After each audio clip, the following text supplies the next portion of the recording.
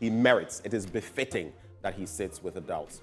It has a deeper meaning as well, implying that if we learn how to do certain things, who knows, we may even have dinner or interact with or meet people that we never expected. So whatever you do, no matter how small, don't take it for granted and think, oh, I can do it anyhow in a wishy-washy way. If it must be done, it must be done well. That's my proverb for you this morning. But what can you expect in the lineup? We have the news, after which we'll be joined for the news review by development economist and senior lecturer at the University for Development Studies, Dr. Michael Ayamga. He is our guest, followed by sports. As always, Muftau Nabila Abdullah will be on hand for that. And when we get into our big stories, after Blunt Thoughts, I'll be sharing my blunt thoughts with you. 3 crucial issues I'm contemplating today. I'll let you know about that later on the show. But for the big stories, we have a conversation with Bole Bamboy lawmaker Yusuf Suleimana on myriad issues. Taxation in relation to non-compliance by businesses in Ghana, corruption emanating from public accounts committee sittings, and why the opposition National Democratic Congress thinks the 24-hour economy is a game changer. We'll be contemplating all of that. We'd also host the 2022 National Best Teacher, who's on a mission to award outstanding teachers, especially those in rural communities. Stella Jima Labi will join us for breakfast today on that beat. We've also got other conversations coming up to inform you about events taking place this weekend here in Ghana and how you can enjoy the Easter holidays. Where are you going this Easter? I'd be interested in knowing. And we'd love to hear from you as well in the course of the show. Let us know what's on your mind. Let's do this for God and country. We'll be right back.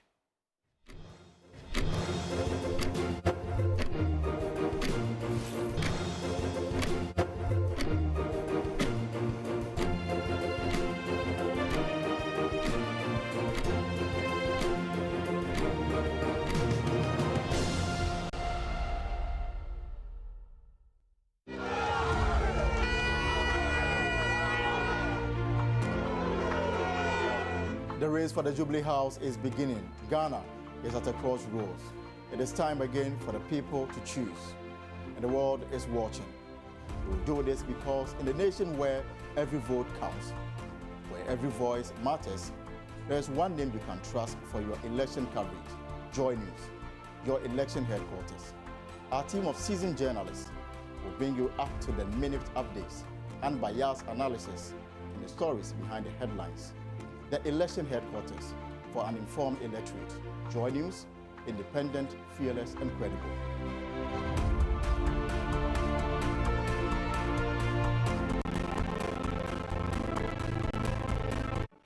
The more them get it, and the more them want it. When you get on any drug, it can give you some amazing energy and some creative geniuses that just boost you like this. Talking about hard drugs. Anytime that anyone uses any of these drugs or substances of abuse, the brain itself gets affected. Talking about hard drugs. Creatives, their brain never rests. They are inquisitive. They want to unfold or uncover, release things that somebody will be like, wow, how did he get to that frequency? And when they stand on stage, they mesmerize us. Talking about hard drugs. The more they get it, they still want more. Welcome to the maiden edition of the JoyNews Impact Makers Award. Tonight, we gather here to honor and celebrate individuals. We celebrate the goodness in our humanity and create more inclusive, compassionate, and thriving societies. The overall winner, Isaac Ajato.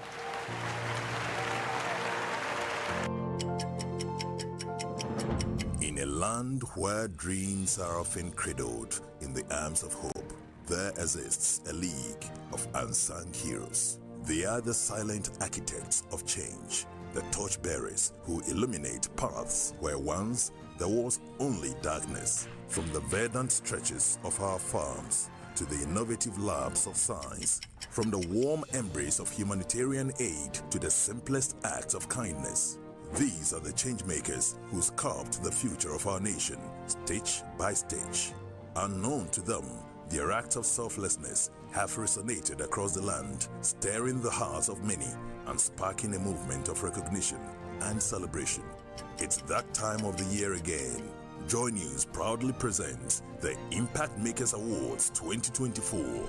Join us in our quest to spot and honor those steadfast warriors who are remolding the destiny of our communities and our nation. This is your moment to nominate the unsung hero in your midst, the beacon of change whose story deserves to be told. To nominate your Impact Maker of the Year, send your entries to impact.makersawards@myjoyonline.com. Let's amplify their stories. The Joy News Impact Makers Awards, celebrating ordinary people making extraordinary impact.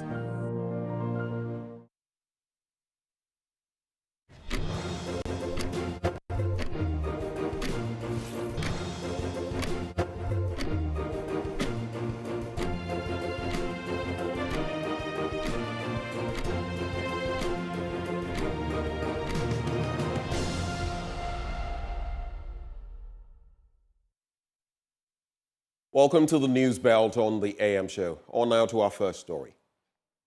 In a time where political influence often comes with a hefty price tag, Professor Enoch Opoku-Antwi is offering a beacon of hope, proposing a path to trust and integrity in the heart of Ghana's electoral season. Speaking during the launch of a book titled Ghana's Grassroots Democracy, Professor Opoku-Antwi said the essence of true leadership was a demonstration of trust and transparency in political campaigns. Jacqueline Antomayabwa has more in this report. Amidst the hustle and bustle of political fervor, a new voice emerges. The Dean of Business and Communication at Academic City University College, Professor Enoch Opoku-Antwi, is championing the cause of grassroots democracy. With elections looming on the horizon and the spectre of cash-driven politics looming large, Professor Antwi lays bare the essence of true leadership, emphasizing the importance of trust and transparency in political campaigns. Many things that I've found why delegates take money from these leaders.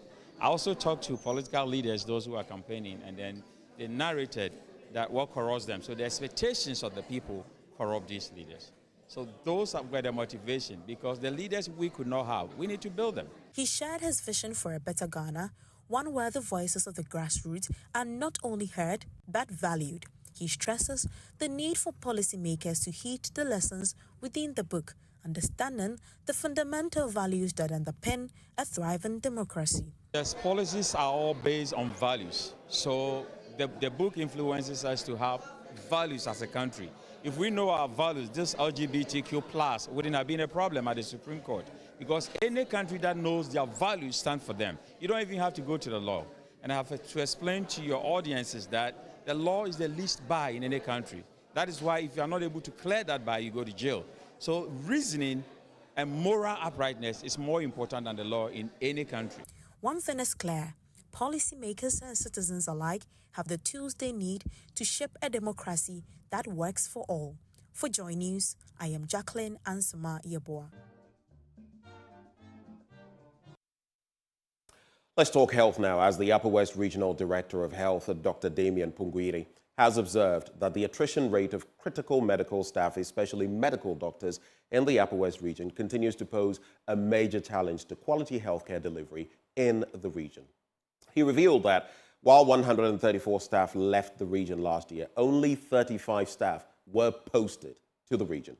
Rafiq Salam reports. The 2023 Annual Health Sector Review meeting of the Upper West Regional Health Directorate was held on the theme embracing the networks of practice approach to improve health outcomes in the Upper West region. It brought together major stakeholders in the health sector to share their successes and challenges with a view to providing solutions to the latter. Upper West Regional Director of Health Services, Dr. Damien Pungwiri, first laid bare the successes chalked under the year in review, which included the maternal and child health e-tracker and the electronic medical record system, which were fully deployed in all district hospitals and sample clinics in the region. This has significantly reduced operational costs and waiting times for clients accessing health services in these hospitals.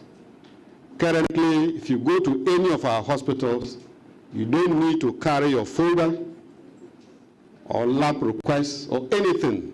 Even if you forget your ID card, just mention the correct name and then your information will access. Dr. Damien Puiri then channeled figures of some selected indicators realized. Now, the Vice-Chancellor of the Cape Coast Technical University, Professor Kweku Educhum Ayimbuache, says the university is in dire need of accommodation for its students. He's asking government to complement the university's efforts at helping them resolve the accommodation difficulties. Speaking at the graduation ceremony at the university, Professor Buache indicated that though the university had been exploring all other avenues of getting the issue resolved, government's intervention would minimize the impact of the situation on the university and its students. There's more in this report. Student accommodation is a big challenge. Vice-Chancellor of the Cape Coast Technical University, Professor Kweku Educhum Ayimbuache, bemoaning the accommodation situation and some stalled projects in the school. The accommodation difficulties of the university, he says, continue to have a serious impact on the university. And even though the university has over the period made giant strides to get the accommodation difficulties resolved, government interventions would be key. Thankfully, the Governing Council has given management the permission to explore all legal means to ensure that this challenge is solved. Management is targeting, Chair, that by the next congregation next year, or by the congregation of 2025, because we'll have one in 2024 November, but by 2025 congregation, and I'm not a politician, at least we plan to double the available bed space by next year. Prof. Chair, as for the stalled Get Fund projects, such as the commercial block and the auditorium, the least said about them, the better. We continue to appeal to government to intervene quickly to complement our efforts at closing the infrastructure gap. Professor Kweku Buache mentioned some of the breakthroughs the university has had in its quest to become a giant in renewable energy in Ghana. Engineering Design and Innovation Center has revamped the solar-powered tricycle with a new iron phosphate battery, thereby significantly improving the range from 5 kilometers to 130 kilometers. Simply put, this means that our new Eco Ride is ready for transportation to transport our students at a cheaper cost within the environs of Cape Coast. EDIC has also designed and installed Central Region's first electronic charging hub and is ready to partner government and the private sector to set up charging hubs for electric vehicles. The Department of Food Science and Technology, Post-Harvest Technology, has successfully developed Ghana's first ever sanitary pad made of bamboo, and we are in the process of patenting the prototype for further production. Staying on education, now the Virginia State University in the United States has established a partnership with the University of Cape Coast with the objective of promoting joint research activities, including an exchange of faculty members and research students. The partnership paves the way for both graduate and undergraduate students to visit the partner university abroad and in Ghana for research and other academic activities, including short-term cultural immersion visits, exchanges, internships, elective, and practicum. There's more in this report. Partnerships between universities allow researchers from both institutions to access knowledge, equipment, and expertise that may be available at their home institutions. Funding opportunities are also exploited when need be for other academic activities. The MOU signed also focuses on joint teaching or supervision of students, staging of joint seminars, conferences, and academic meetings, as well as special academic programs. At a brief ceremony at the International Relations Office of the University of Cape Coast to seal the agreement, the interim provost and vice president for academic affairs at the Virginia State University, Dr. Tia Menis, expressed her delight at the opportunity and noted that the MOU marked the beginning of an exciting journey of collaboration between UCC and the Virginia State University. Virginia State University's Presidential Global Leadership Program is really about, it's two-part. One is providing our students an opportunity to immerse themselves in your culture, to learn about the things that happen here in Ghana, to gain a sense of how the world operates so that we can make them global citizens. The other part, too, is to learn about your institutions and allow us to figure out ways to engage in partnerships that will span research, student exchanges, or initiatives that are similar at our institutions. And also, we want to figure out how can we give back to the community. And so, part of the things that we do is also engage with the elementary age school students and see how we can give back to the community. And so, we're here on a two-part mission: to learn, to grow, but also to give back. Yes, this is actually our third delegation to Ghana with this initiative. We had one about a year ago, and I think the last one was in June, and then this would be the third group coming here. We're usually led by our president, as this is one of his initiatives to truly engage the people here in Ghana. We have a few students that are actually coming in the next semester to study here, and so we already had an existing relationship in terms of sending our students here, and this is an opportunity to expand that relationship with receiving students, receiving faculty, engaging in research initiatives, and there are a lot of similarities in how our institution is set up. The University of Cape Coast is hoping for more collaborative efforts and partnerships between the university and other universities to enhance overall experiences of product from the universities. And our next story, the youth of Avedakpa in the Akachi North District of the Volta region are asking authorities to reconsider a decision to replace a traditional festival. Led by an opinion leader, Maxolo Juwonu Zida, they have vowed to resist any attempt to replace the Amesikwe festival, which portrays the history, culture, and heritage of the Ave people. Here's Fred Kwame Asari's report. The significance of that word Amesikwe lies in its celebration as a festival, and there is nothing anybody can do to eliminate or terminate the word Amesikwe from the minds of the people of the Avedakpa community. It has become evidently clear that those whose ancestors had not been part of the exodus from Bakpa know very little or nothing at all about the word Amesikwe and its significance in the lives of the people of Avedakpa. That is why they think they can do away with Amesikwe and replace it with something meaningless and hopeless. But they will never succeed because Amesikwe can be very dangerous. The Amesikwe festival can never be replaced with anything useless because the organizers want to get on with their diabolical programs. One could hear them say that they had not been getting money from the Amesikwe festival. Let me the youths have vowed to take any action.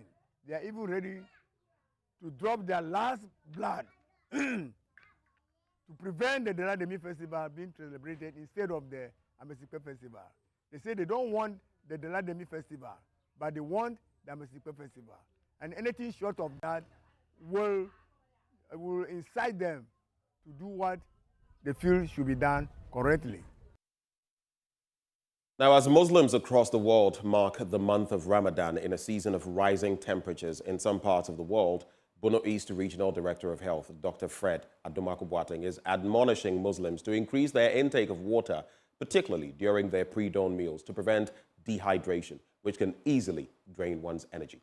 He's been speaking with Anas Sabit, who came through with this report. The Muslim holy month of Ramadan is upon us again, and people across the world are fasting as well as spending much of their time contemplating and praying. Of course, the length of time a person fasts for varies depending on where in the world they live, as day length is governed by the time of year and distance one is from the equator. Before one goes on to embark on this important religious obligation, one has to first consider his or her ability to do so health-wise. Bono East Regional Director of Health Services, Dr. Fred Admakwatin, admonishes Muslims to first know their medical conditions before embarking on the dawn to dusk fast of Ramadan. We all know the religious or spiritual benefits of fasting. I mean, for some of us, because of our beliefs, it's one of the cardinal things that we do as a form of worship or whatever. But sadly, it's not everybody that can do. And we know, especially some people, some pregnant women, you don't really want them to be fasting because of the state that they are in. Some people on some medications too, because of the way and the manner in which they have to take their medicine. Obviously, you don't have to fast, but you have to know the limits. I'll not be able to prescribe who and what, because if based on your condition, then there is a need for you to look for or seek a medical advice. Notwithstanding, there are a lot of benefits in terms of fasting. And then when it's being done well, your concentration is even different. Health-wise, mentally, physically, and all these. But you should know yourself. Now, even though scientific research has shown that fasting is good for your health and in terms of mental health, Ramadan fast improves mental health and depression symptoms. It is good to note that the recent change in climate, which has led to a rise in temperatures in some parts of the world, means heat-induced fluid loss from perspiration may lead to acute kidney injury, which could lead to chronic kidney diseases in some cases. As a result, Dr. Fred Admakwatin advises Muslims to increase their intake of water before and after breaking their fasts, as well as take intermittent showers in order to stay safe. The weather is not friendly, but notwithstanding, it's a vow or something that you are doing. In relation to that, depending on how you do it, you know yourself. If you take maybe one bottle early before 6 or whatever, can you take 2? I mean, these are some of the things. And even in the midst of doing them, you really want to go that far, but you can't. If there are other diverse ways that you can reduce, can shower. We have different forms of doing this, because at the end of the day, this is not somebody who say a chronic thing that you are doing. It's just a period, and this is a moment, a season that will pass, and therefore you want to take advantage of this season to get all the benefits that you are intended. He, however, admonishes people who are having health challenges, particularly those going through extreme hydration, to take a break in order to take medical advice before continuing with their fasts. It's very important, so crucial that is the baseline for which you have to know yourself. If you are diabetic, hypertensive, you have to take particular drugs at some times, and then you don't, or you have to seek medical advice to do that. Reporting for JoyNews, Anas Sabit, Tichiman. And on that religious note, we cap off the news. But stay with us for the news review app and next. We'll be right back.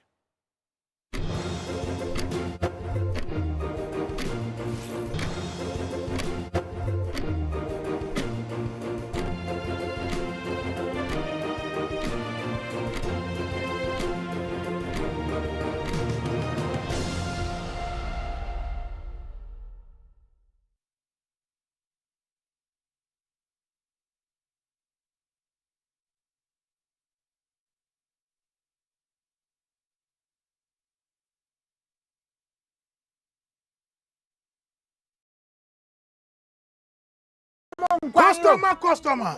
Nana ah, nada bena mi me papa. Ucha say. Me twa 10 Ghana.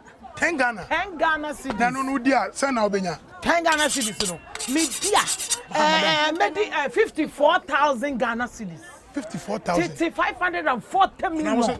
Here. Open 2 pounds. Ebia ema dompe soft. Ebia o de wanu na me twa me di ehun skasa keke. Yeah. Ene na giga keka ade tena we. Tena wa boki. Draw no na asase no we. Mami mi volume no. Phone Wait. Customer! Wadi!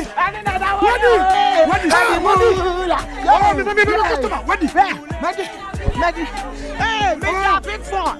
Make a you for phone. For phone. Darling. Star 946 hash. Now that pick 4 numbers.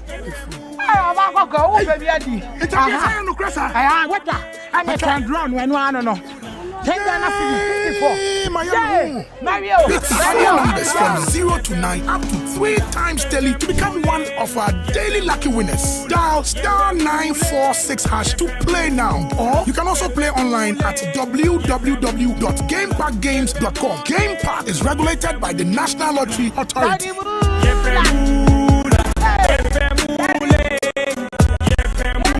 Are you to stop freedom? Are you gone? You can stop freedom. A goal to every resident in our vibrant regions. Brace yourself for an unforgettable and transformative journey with Nana Kwame Bediako as he embarks on the groundbreaking regional listening tour. From bustling cities to the serene landscapes of Ghana, say hello to a leader who genuinely listens to your concerns, dreams, and hopes for a better community and country. A leader who is ready to get things moving again with you and by you. Nana Kwame Bediako, banga sankasa, bae, bona, yena zoa, ngwanan oliba. He's coming live and colored to your communities. Get ready. It's your time to be heard. Who can blame? No man can curse.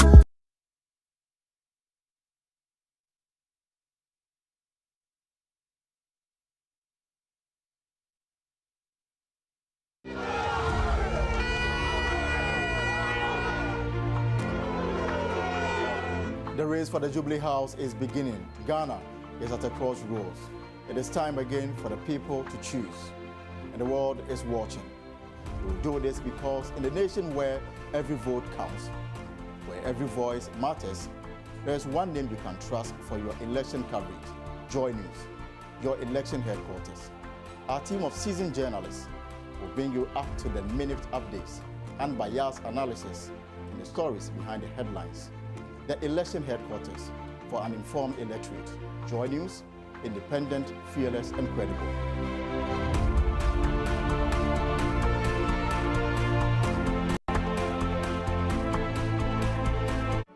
The more them get it,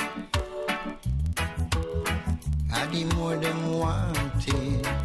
When you get on any drug, it can give you some amazing energy and some creative geniuses that just boost you like this. Talking about hard drugs. Anytime that anyone uses any of these drugs or substances of abuse, the brain itself gets affected. Talking about hard drugs. Creatives, their brain never rests. They are inquisitive. They want to unfold or uncover, release things that somebody will be like, wow, how did he get to that frequency? And when they stand on stage, they mesmerize us. Talking about hard drugs. The more they get it, they still want more. Welcome to the maiden edition of the JoyNews Impact Makers Award. Tonight we gather here to honor and celebrate individuals. We celebrate the goodness in our humanity And create more inclusive, compassionate, and thriving societies. The overall winner, Isaac Ajawato.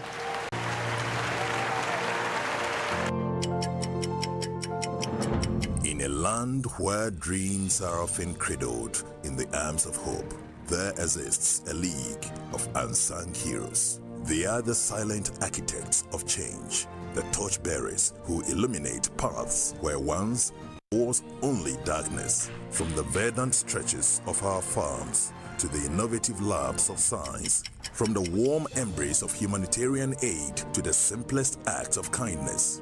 These are the change makers who sculpt the future of our nation, stitch by stitch. Unknown to them, their acts of selflessness have resonated across the land, stirring the hearts of many and sparking a movement of recognition and celebration. It's that time of the year again. JoyNews proudly presents the Impact Makers Awards 2024.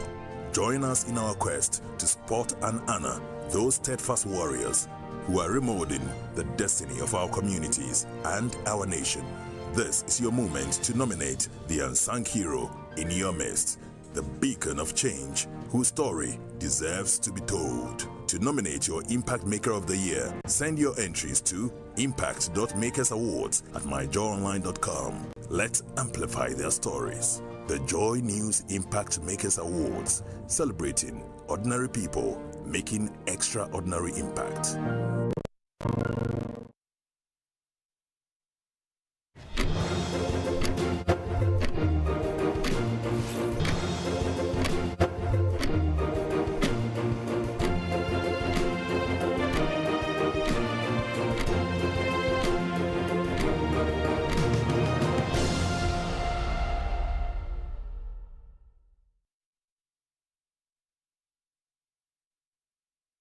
Welcome back on the AM show. Time now for us to review not the newspapers, the news. No newspapers this morning, and it is common to find this, especially on a holiday like this. But of course, myriad stories that we can be able to get into, and I'll be doing that shortly with my guest. But as always, this segment is brought to you by Endpoint Homeopathic Clinic. Here's what they're offering you. If you're a man, there are so many things you have to check within your system, your body. And if you aren't, at least get to know what's happening with your prostate, especially if you haven't reproduced yet. And they're offering you that for free, screening for free. If you're a woman, your fertility. People take it for granted, but so many things could be going on, especially if you haven't started giving birth yet. It isn't something to take for granted. So what is your fertility status again? Do you know? Which is why they are generous enough to offer you free screening on that as well. All you have to do, two options, either go to any of their branches or give them a call. Let's start with their branches. They are located here in Accra at Spintex, opposite the Shell signboard. In Kumasi, Kronomabwe here behind the Angel Educational Complex. There's Takrady Anaji Estate. There's Tema Community 22, Techiman Hanswa, and Esiama in Zimal. Their call lines, if you'd like to call them, are 0244 867 068 or 0274 234 321. Endpoint Homeopathic Clinic, the end to chronic disease. But just the start of the news review, and joining me this morning, he's a development economist. He also is a senior lecturer at the University for Development Studies. I'm talking about none other than Dr. Michael Ayamga. He joins me this morning right here as we get into the major stories. And there he is, Dr. Ayamga. Good morning. And it's Good Friday. Yeah, good morning, Ben. Always good to speak to you. And yes, Good Friday. We're anticipating a very good Easter, and hoping that at least it sheds some light on our year and then bring us hope as we move on. So we are all braced up for it. You know, I'm Catholic, and today is a very meditative day for us. Ordinarily, by now, I would have been getting ready for the Stations of the Cross, the communal one, and others. But here we are, for love of God and country. But I'd like to start off with basically something that is dear to you, something that is a burning issue that you'd like to talk about. I always give this opportunity. So in about 1.5 minutes, 2 minutes, I'd like you to reflect on something you're very concerned about that you'd like to lead the way with. Over to you, Doc. Yes, I think something that has struck me along the week, of course, is the distribution of gadgets, let me call them tablets, to secondary schools, and then preceding it smart schools. And when we see things like this, they worry us, because if you are somebody who follows the trends all over the world and you see how we are simplifying and trivializing very important things and issues that have implications for the future of this country and for the future of families, I get exceptionally and exceedingly worried. Yes, it is good to give gadgets to students, but to belittle what smart education is, or let me call it more interactive learning platforms are, you only do a disservice to this country. And you cannot call what you are doing digitization of secondary schools. Because before you can do that, first, you have to look at the infrastructure and make sure that they are up to speed and they are uniform or are almost close to uniformity across schools. Secondly, you have to train the trainers. So you have to probably orientate the teachers towards digitization, let them understand. And then you have to train the students. Then you have to digitize the content to ensure that all these things are compatible. You have the checks and balances in them, and you can actually facilitate learning. Now, to just jump to the very last component of digitization, which is actually giving students tablets here and there, worries me, and that is not how to do smart education. I believe that we should be a very serious nation. We cannot be a nation of slogans and catchy phrases. And when we start doing things, we just claim we are developing. And we did the same thing with the 3 years SHS. And when we talked, people thought we were against it. I'm not against it. My kid has a tablet. My kid attends a school that has these platforms, and I appreciate them greatly. But what they have put in there is not close. Is way beyond what we are doing. I have been trying to digitize our center. In fact, our center here at UDS has a DigiFace component. Right. And some of us, years of lessons in Moodle. So you are able to interact with the student. You know when the student goes online, what he's doing, how many hours he spent there, the content he reviewed. You put in content, he puts in content. So there is that interactive thing. Currently, across our schools, we have one IT teacher that even sometimes to change the battery of a system or even to properly charge it, everybody is going to that fellow. The rest naturally do not understand anything. Then some of them have no lights, some even don't have rooms to sit. And I wonder when it's raining, those under trees, what they're going to do with that tablet. So you have to look at this and you say, let's be honest with ourselves. Nobody is against digitizing education, but let's give meaning to it. Our tendency to rush for anything because there's opportunity for procurement, and then we just procure and don't care about the impact of the whole program on our country's development and on the individuals is problematic. So that is where I want to put this thing, that we need to be serious with whatever we do. A catchy phrase doesn't mean that something's happening. Calling our dilapidated secondary schools without textbooks, with grossly reduced teacher-student content, smart schools, is only an additional insult to parents who are now known to be paying more for alternative forms of instruction because of the challenges we are having with our education system. We just do this and call it smart school. To look at pumping all this money on tablets at this point in time, when there are other burning issues in the schools that we could be addressing, I say it's problematic, it is populist, and it's a lack of critical thinking as far as developing our education center is concerned.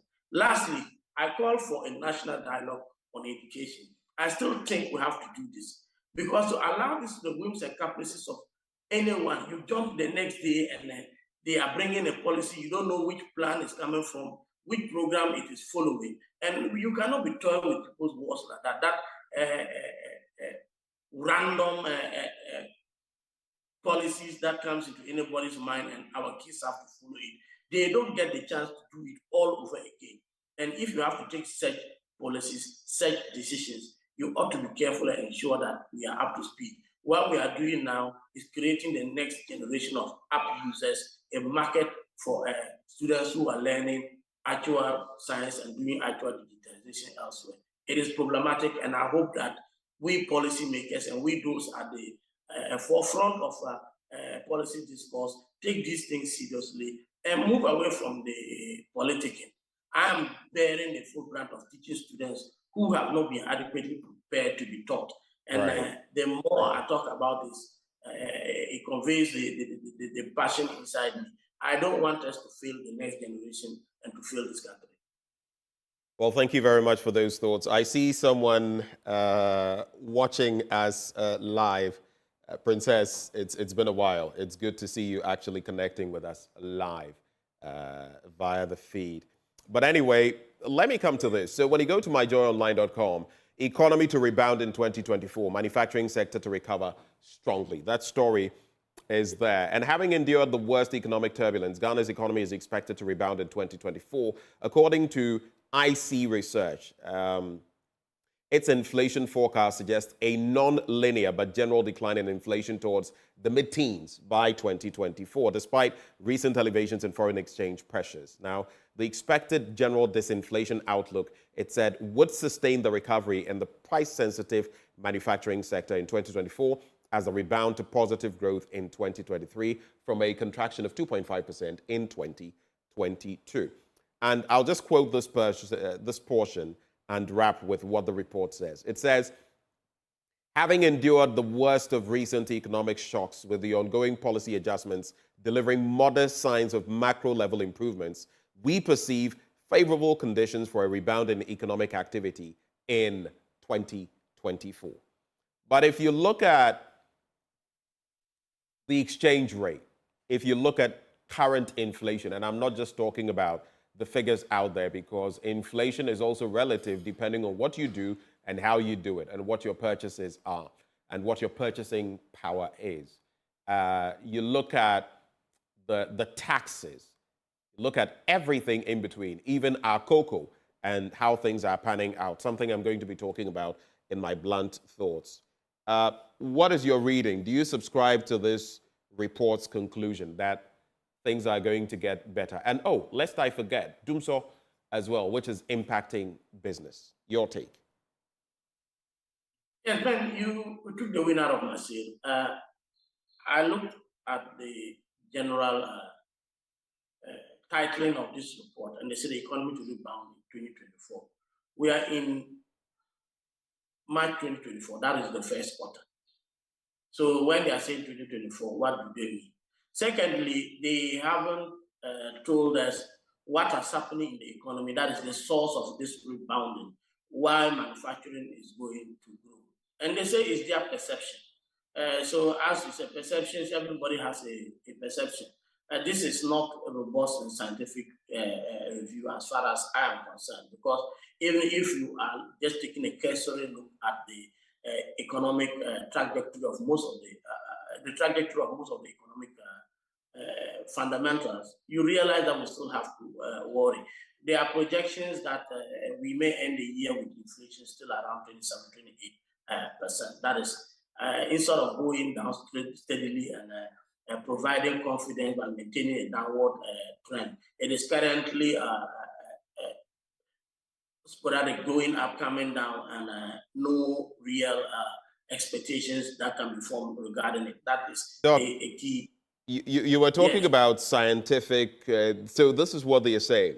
Our optimism hinges on the ongoing investment and expansion in network infrastructure by the major telecom sector operators, while demand for data services, this is one of them, continues to grow. We also expect demand for hospitality and transport services to strengthen on the back of the upcoming electioneering activities in the lead up to the December elections. Consequently, we believe the slowing momentum in Ghana's growth rate has bottomed out, with the economy primed for a modest recovery in 2024. We thus reiterate our 2024 growth forecast range of 2.8% to 3.8%, with a midpoint of 3.3%.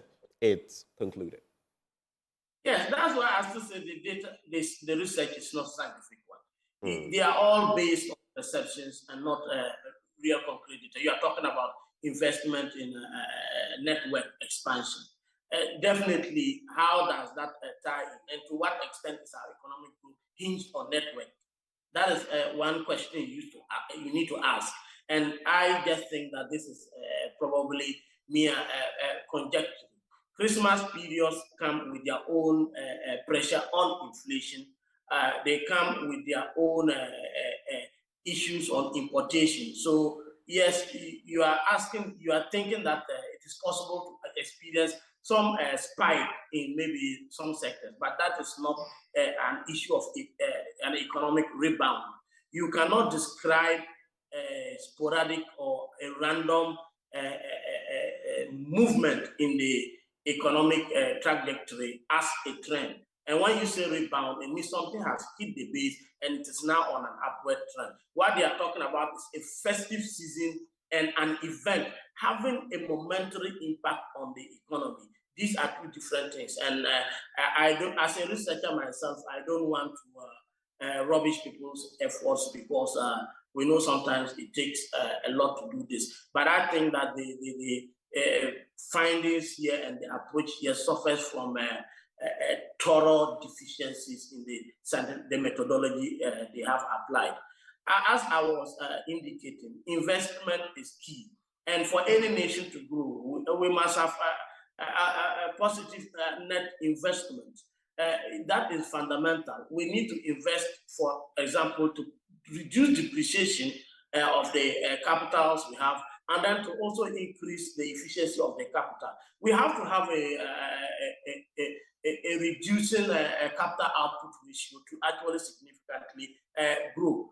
As we are talking consistently, we have been recording the lowest, some of the lowest capital investments, even in our budgets. So you want to ask, what is the source of that growth is problematic? You already mentioned the taxes. Corporate Ghana now are facing significant challenges staying afloat. And if you follow the trend, the tendency is for business to relocate to other production areas and seek to import to Ghana rather than moving here to set up the production. So on that even basic thought, what is the source of that optimism? Everybody can be optimistic because we are patriotic. We want our country to be good for us to be able to afford things for our families. So if you are sharing optimism, fine, but I don't want it to be projected as scientific evidence because the science is not in this publication as I see it. The description is somebody trying to maybe please certain quarters and affect the discourse. But I don't think we are there. Then we need to be worried, given that we have exhausted a lot of the IMF receipts we are expecting. Most of the foreign exchange receipts we are expecting as far as the IMF program is concerned, they are coming in, the World Bank funds are coming in, and the exchange rate is still not responding the way we expect. The economy is not responding the way we expect. And it's problematic. You look at these things and you see that investors are worried that we have not been spending. And in order for us to grow, we have to spend in the right areas that we have not done. There is still no room to reduce any tax for corporate Ghana. And that is why I was surprised that Guta of all people were jumping that they embraced the vice president's tax plan. Then I'm asking, yes, if we are dealing with maybe some market women where I was born, maybe we can understand. They don't look at that data. But you are talking of Guta industry players. I think that statement is a bit unfair, especially to the likes of the president, because I mean, you know of his academic prowess and all of that. I don't think they took it lightly. And to be fair to them, Doc, they did say that they were hoping that what he said he would actually execute. It wasn't as though they were latching onto it and saying they would want these political parties and their leaders to do things that they would want. And the mere fact that the vice president was alluding to something they were in tune with was a step in the right direction. Yes, Ben, that's why I am saying that if it is where maybe I was born and we are looking at the small market there, the actors may jump at it. But you need to look at, I will just move away, use language of a technical. If you look at the posturing of the vice president and his actions, they are not things that project someone who reduces taxes when it comes to his actions. His lectures are tax reductions. His policies implemented by the economic management team that he has led has introduced the most crippling tax in history. And he is on record to have brought in more net tax increases than they are taking away. So based on his posturing, that is a problem. Secondly, you look at the imperatives. We are a nation that is looking to bring in every tax CD we can get, because you want to ask yourself, how is he going to finance those tax reductions? And that is what I expect industry players and journalists to be asking, because there is no room. You look at the economy now, and anything that can be taxed has been overtaxed. And our tax to expenditure ratio is still not encouraging. We are still getting these IMF tranches based on, let me say, goodwill to a large degree. So you cannot just say, he says you reduce tax. You have to ask whether it is possible to do it.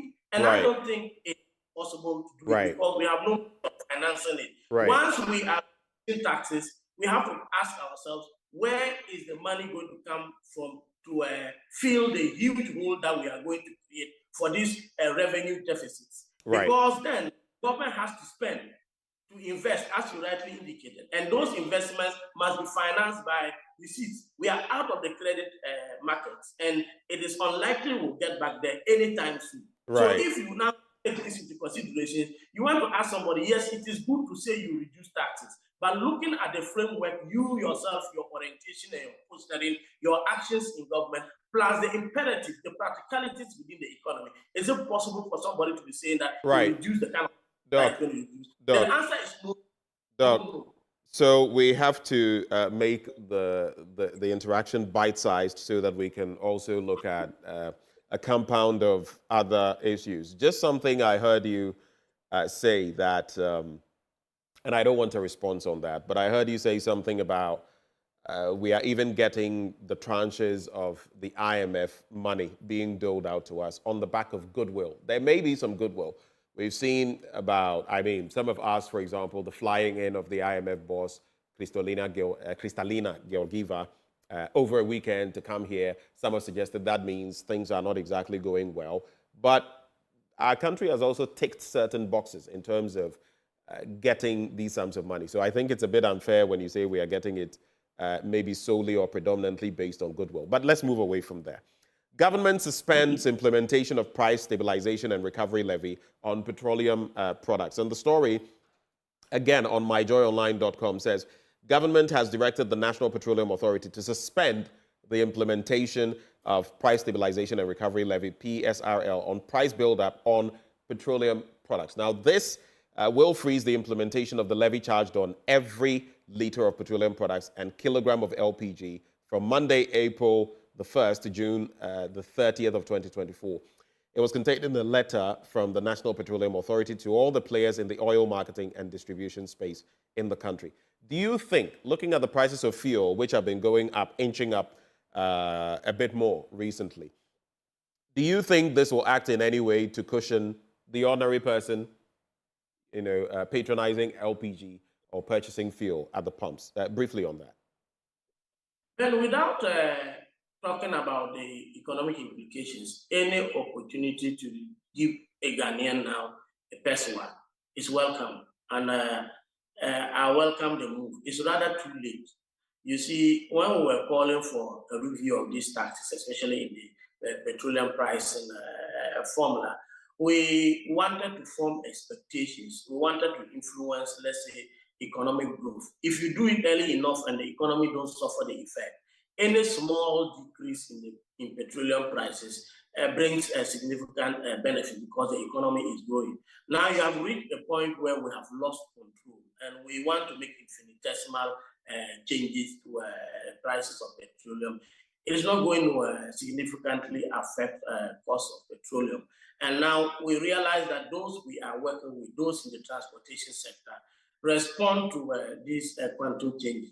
So while the increments are coming in leaps and bounds because the economy is out of control, the sector, we have lost control over it. There are a whole lot of inefficiency issues that lead to our inability to rightly pay for these products that we are bringing in. So there is a huge challenge to me as far as I'm concerned. As I said, I welcome it, but it is not going to bring in any needed result. That is not going to make a driver very happy that he goes and he gets like 10, 20 pesos out of 4 or 5 gallons of soya. That is rather too little, too late for me. Let's look at some other stories, and I'll go to this one. I'll just read in passing and add it to another story I'll get into. Then I'll take your responses. Floods, and you know we're approaching that season again. Floods were exposed, but my team and I are, quote, running to catch up. That is Kojo Pongkroma saying so. And of course, works and housing in the picture. But let me get into the story. The Tema General Hospital story. If a baby died, it wasn't because of Dumso. The Ghana Health Service Accra director has said so. Now, if you know the story, and it's one of the issues on the back of Dumso that I'm going to be looking at when it comes to my blunt thoughts for today. The Greater Accra Regional Director of the Ghana Health Service, Dr. Akosia Ejay Owusu-Sapong, has dismissed claims a 3-day-old baby died at the Tema General Hospital in the evening of Tuesday, March 26, due to a power outage. She explained that investigations from the hospital confirmed a power outage on Tuesday evening, during which their generators initially functioned, but later encountered a fault that took approximately 2 hours to rectify. In an interview with JoyNews on Thursday, that is yesterday, Dr. Owusu-Sapong stated that the hospital machines or equipment had power storage, ensuring continuous treatment of patients or babies on monitors or oxygen during the power outage. But if you read the statement from the hospital, it also says the one at the NICU, the neonatal intensive care unit, started off, had a problem. It took 2 hours for them to rectify that situation. The Tema General Hospital in that statement confirms that no baby, at least those who were in the incubators, I hear they were very uncomfortable. Imagine them, newly born babies, incubated, and having to go through, the system not working. None of them died per the Tema General Hospital. But here we are hearing of a death, and the Greater Accra, director is saying it wasn't related to that. At least that is corroborated by the statement of the Tema General Hospital. But generally, what does this do to our health setup? Because 2 hours is a long time. Imagine someone having surgery. 10 minutes, 20 minutes, blood gushing out, not being able to complete the procedure could mean death. Your quick take on these two matters. Yeah, Ben, we need to be fair and very honest here. And as I've said, others can make that statement. If I make it, I can get away with it. Even in the midst of stable power supplies, power issues or emerge that has to do with either the facilities' internal systems and controls, or maybe a random malfunction of machines. These things happen. And as we sit now, there are places where the power is off, but the health units are working, or the baby incubators are working. So if the hospital had done its homework well, put in the systems and balances to ensure that we have some backup supply, especially against the backdrop that we have done so. Where I can blame the Dumso is the lack of clarity. You haven't told us that we are in Dumso. There is no timetable. When I know there is Dumso and I'm leaving, I ask my young men that, how is our petrol situation? Have we checked the generator? I'm anticipating it. But when you don't, and it looks like everything is okay, people don't put in measures to curtail some of these things. So that is the only reason I would say maybe Dumso might have had a role to play. That is the cavalier nature of the Energy Ministry and the kind of language that is being put out there doesn't help anybody and doesn't help government in dealing with this issue. So I would say that they need to be very clear, very forthright with Ghanaians as far as the Dumso is concerned. Right. But to blame this occurrence on just the alone, not fair. I think that even in the midst of a stable power supply, this thing can occur. The hospital has to look at its internal systems, ensure that a place like that doesn't even only have a standby generator, but has some very close power supply system that somebody can just turn on in case the two systems fail. Right, So it's a and problem that the 24-year-old mother involved had a cesarean section, and she actually revealed that when she went to see her newborn son, a doctor told her the child, and I'm talking about the Tema General Hospital, a doctor told her the child could not survive due to the non-functioning medical equipment on the back of the power outage. So it could have been a communication issue. But on the back of that, I have seen that Gridco, there is a power outage announcement, two of them from the ECG, Tema region, dated yesterday actually, where the ECG is informing customers and the general public that Gridco has reduced power to their Mobole bulk supply point, resulting in outages in many areas.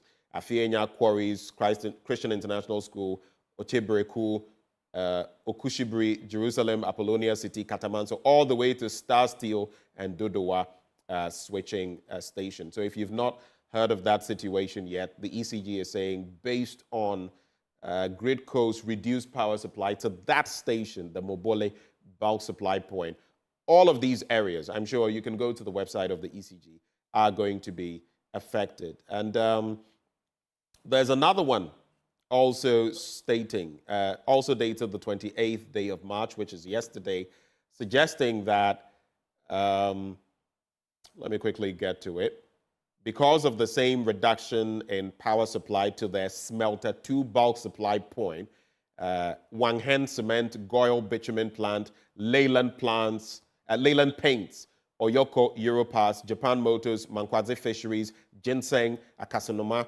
and mind you, all these places I'm mentioning are industry-based, so you see what's going to happen there. Medical stores, cocoa processing, Imani Brothers, Amandi, Asempa Cold Stores, all the way to Golden Jubilee Terminals Community 2, Cocobot Warehouse, and its environs are going to face some power challenges, which means that they may have to let their generators or plants kick in, which could also affect the cost of whatever they produce. But very quickly, in some 30 seconds, Doc, do you have your Doomsaw timetable yet? Have you crafted yours? Yes, I've made one following the advice of Napo. So my young man here, we've actually programmed that every day we're going to get some 2-3 hours deficit in power. At least, you know, mostly the Doomsaw don't hit Northern Ghana too much because we are a small component of the power consumption, and sometimes putting lights off here doesn't actually lead to the consumption. So a lot of the places still normally get some 3, 4, 5, 6 hours of electricity, even in the peak of Doomsaw. So I'm making plans for those things. But you see, that is the problem here. We just read a story about this power supply reductions. And the information is not being presented as reduction. Because you see, when there's this reduction, you have to tell people, this is the cost, this is how long it's going to last, and this is what we are supposed to do for the power supply situation. Now, the leaders don't want to admit that there is Doomsaw, so they can't hold people accountable when they put off lights. So that is a chaotic situation we are having here. Yes, we need to admit that we have power supply challenges, and let's make a plan for it. We used much in the past, but this is crippling our economy. And yes, I have a Doomsaw timetable, and I thank the Honorable Matthew Prempe for his blunt advice that we should do our own timetable. Right. There's this story, and that's how I'm going to end. 2 stories, not necessarily soliciting any responses, but that very sad situation in South Africa where a girl, 8, is the only survivor as 45 people were killed in a bus crash. And this one, President Akufo-Addo, and I'll be celebrating him shortly. I look forward to working closely with President-elect Faye, that is Basiru Faye, to enhance Ghanaian-Senegalese relations. I am so proud of that 44-year-old, and I honestly wish him the very best. Akufo-Addo says he's looking forward to working with him. Any final thoughts, Dr.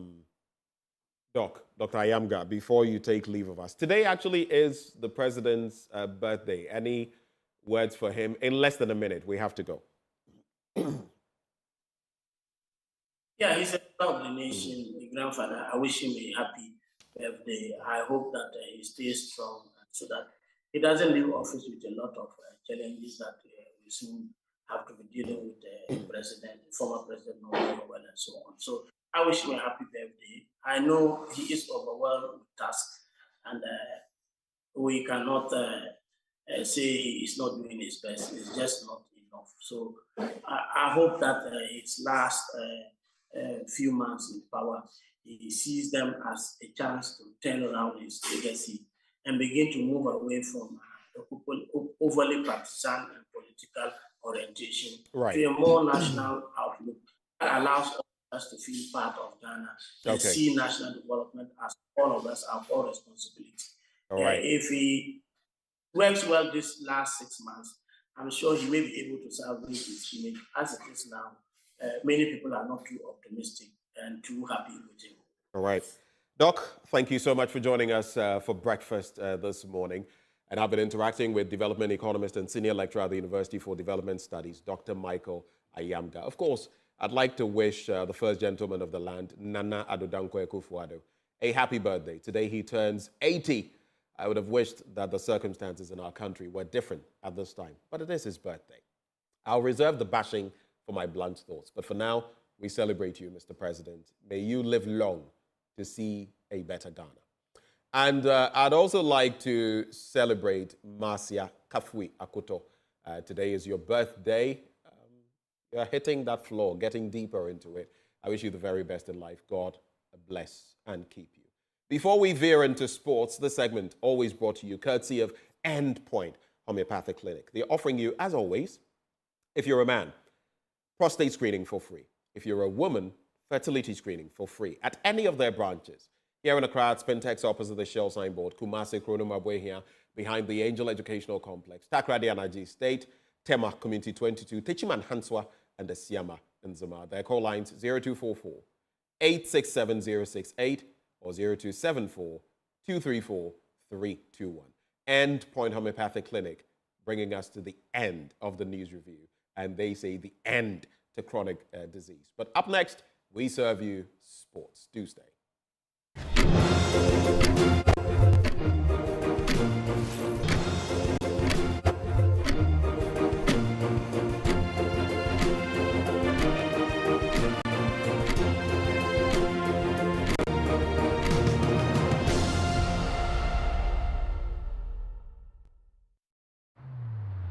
Across Africa, a new era has begun, shifting our focus to a new horizon, connecting us with one purpose: to create and share opportunities to grow.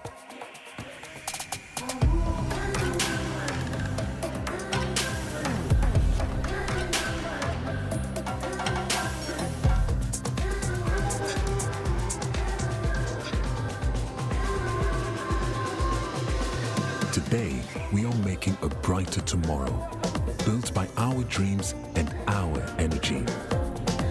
Across our continent, across the world, we are creating a better way to a better future. A Pan-African future, together. EcoBank, a better way, a better Africa.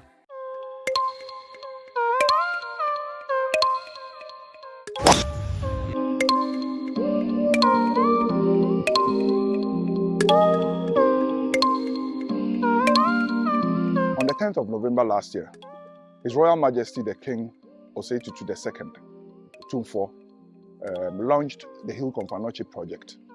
It's a drive to raise funds for the rehabilitation or renovation of the almost 70-year-old Komfanoche Teaching Hospital, which was named after the great priest of the Ashanti Kingdom, Komfanoche. Incidentally, when Okomfo first put the sword that was supposed to be a unifying factor of all the Ashanti states on the ground, it was Otumfuo Osei to the first who was the king of Ashanti then. And so, as part of the 25th anniversary celebration, when the king decided that the time had come for him to lead that drive, for people from far and near to contribute to the renovation of the almost 70-year facility, which has never seen any renovation since it was built in 1955. It was welcoming and refreshing, and it's marked of leadership that every young man or woman would aspire to.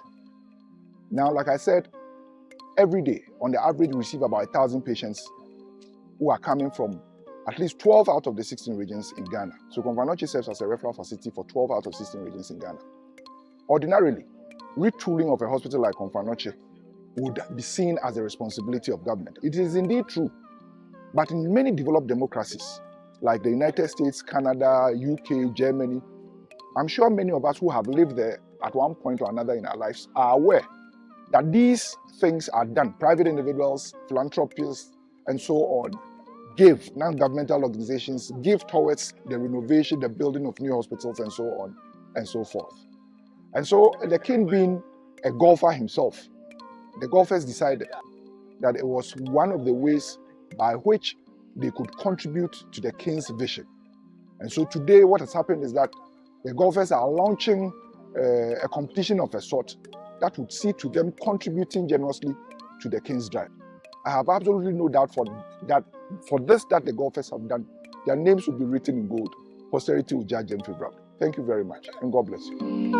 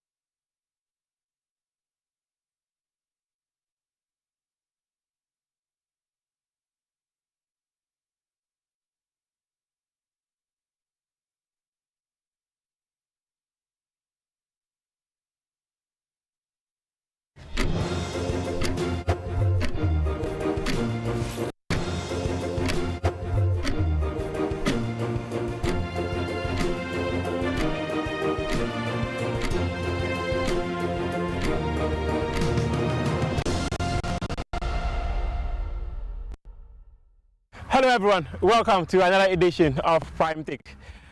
Today we are having a conversation with one athlete who has over the years flown high the flag of Ghana in the field and track events. He's been a javelin thrower. He's told an incredible story about Ghana, and tonight we are privileged to be speaking to John Ampoma, who is here in the African Games 2023. Competing for Ghana. John, how are you doing? I'm doing good. Thanks for asking. Thanks. How about you?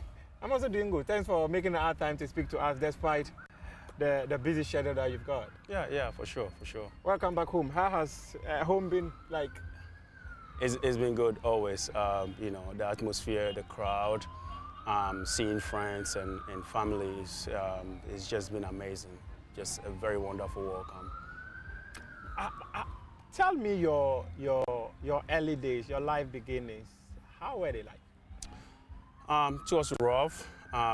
Started, you know, athletics or track and field wise. So like I was saying, I did started a little bit early on, like many other athletes who start right from elementary school with their sports.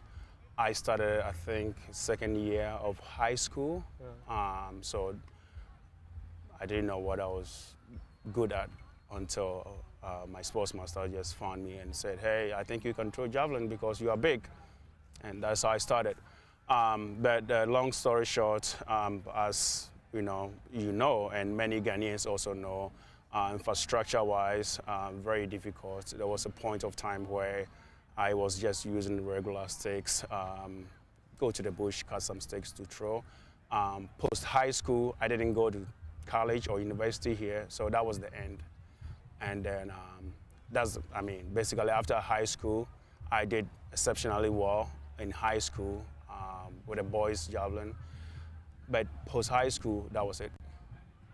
So I went off for a few years, 2009, 2010, 2011, I joined the Ghana Police Service. And then the Ghana Police Service did CISA Games, and that was the last CISA Games that Ghana has ever hosted since 2011. So a good friend of mine who is also a police officer, Michael, I do say X2, I wasn't recruited, as you know, like some athletes will be recruited, through the sports. I wasn't. I went through general enlistment. So I went to training at Hull, and then X2, who... In the Volta region. In the Volta region. X2, who was recruited as a sports police personnel, they were training in Kofodia. I'm just kind of giving you like a chronological of how my story. Yeah. That's the story I want. Yes. So X2 went to training school in Kofodia, the Kofodia police training. And the Kofodia police training, they don't have a shooting range where police officers like the recruits go and practice. So they use the shooting range in Hull, which is the 66 military artillery. Okay. That's where the range is. Okay. So X2 came, and then that day, I don't know what happened. X2 saw me when they came for their shooting training. So he quickly went and told the sports officer who was, who I think he's right now, he's Chief Supo, and a staff officer at Northern Region. His name is Mr. Ahmed Mahama. He was the former sports officer at the police. Is it the Ahmed Mahama, no? Yeah, probably. Maybe he's the one.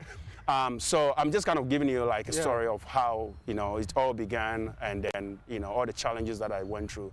So X2 saw me, quickly alerted Chief Supo Ahmed Mahama, and then Chief Ahmed Mahama wrote a signal. That time they were doing, like, they were going to host a CISA game, so he invited me to camping. I was a recruit. I went through a whole sort of challenge before I was even released. That is a story for another time. But, long story short, I joined CISA Games. I competed. I came second in 2011. And then Professor Francis Jodu, who is the former athletics chair, was there. He saw me, and he invited me to national camp. And then from there, I had opportunity, instead of going for duties and other stuff, I had opportunity to stay in camping, to train, better equipment. And then I was selected for the African Games based on my performance in Porto Novo. That was 2012. Yeah. And then I won silver medal. Yeah, I remember. I mean, from 60-something to 73. So that is how I started. And I was like, okay, now I can do it. I've realized that if I have better coaching, I have better equipment, I'll be able to do it. And better environment. Thank you. So Prof. Diodu had kind of a model that he pushes through, given the fact that Ghana, we still lack infrastructure, we still lack coaching. So he had a model to kind of shape athletes that have potentials of making it to the Olympics. So I went through another series of transition where he and the GAA members secured a scholarship for myself and some of my teammates. I think we were 3 when we started. And then a few years later, he continued sending a whole bunch of athletes like Janet Amposa, Samson Larry, Agnes Abu, Marada. So you can mention, a whole bunch of athletes, right? So it was through his model that gave me that exposure and that gave me that courage. And once I go to the US, better equipment, better facilities, better coaching. I don't have to worry about food. I don't want to worry about good nutrition, treatments. And that is why I took off. That's why my career took off. So I just wanted to give you like a bit of a background. Yeah, that's actually the story I was looking out for. Yeah, but there was one story or one era you said it is a story for another day. The challenges you had to go through to be released by the police service. What were some of those challenges? I think I want to kind of pause on that. Were they reluctant to release you? Not really. I think I have been one of the. I have been very, lucky.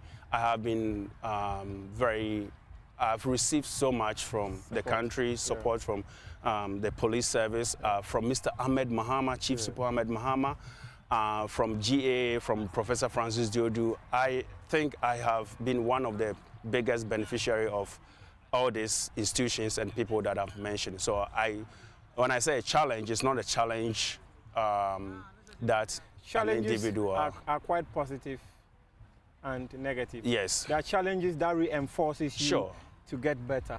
Sure. Were those challenges that reinforces John and Poma to say, okay, this should be a stepping stone for me to fly high? Every opportunity that comes my way, I take advantage of it. Rain or shine, coming here, and that has been my career, from the beginning of my career. Those obstacles that comes my way, it pushes me. Anytime I see an obstacle in my way, it really makes me, force me to really do extra. In fact, and I'm going to give you like an example. In the javelin, we have tailwind, we have headwind. Headwind is when the wind is blowing in front of you. Yeah. And then we have like a tailwind when the wind is blowing behind you. Yeah. It supports you. In the track and field, it will be, if it's anything above 2.0, it's negative. It's negative. Like they won't count it, right? But in javelin, it's not like that. Most javelin throwers like it when the wind is blowing behind them. It gives them like an opportunity. I have never had a personal best in that situation. All my personal best has come when the wind is blowing towards me, against me. Wow. It gives me that kind of, it pushes me to really think about my techniques, number one, and also I use the wind as like a force to really attack it. And in so doing, I've always had a PR or personal best in a headwind situation. So this analogy goes to like any obstacle that comes my way. I'm just trying to say that any obstacle that comes my way, I don't see it as a negative. I see it as another challenge, a positive, and it really pushes me to do extra. So that is what I would say. I'll come back to this story, but family-wise, how many are you? Upbringing from home, what kind of support did you get from home? And how did that set the tone for you to get here? So family, don't know much about sports. We are a family of 7 siblings, my sisters, my brothers. I'm like kind of in the middle. Okay. From one mom, one dad. Both of my parents are alive. I think all they do for me is pray for me. the pride of seeing their country. Yeah, that's all. Imagine never watching you in these African games. I know.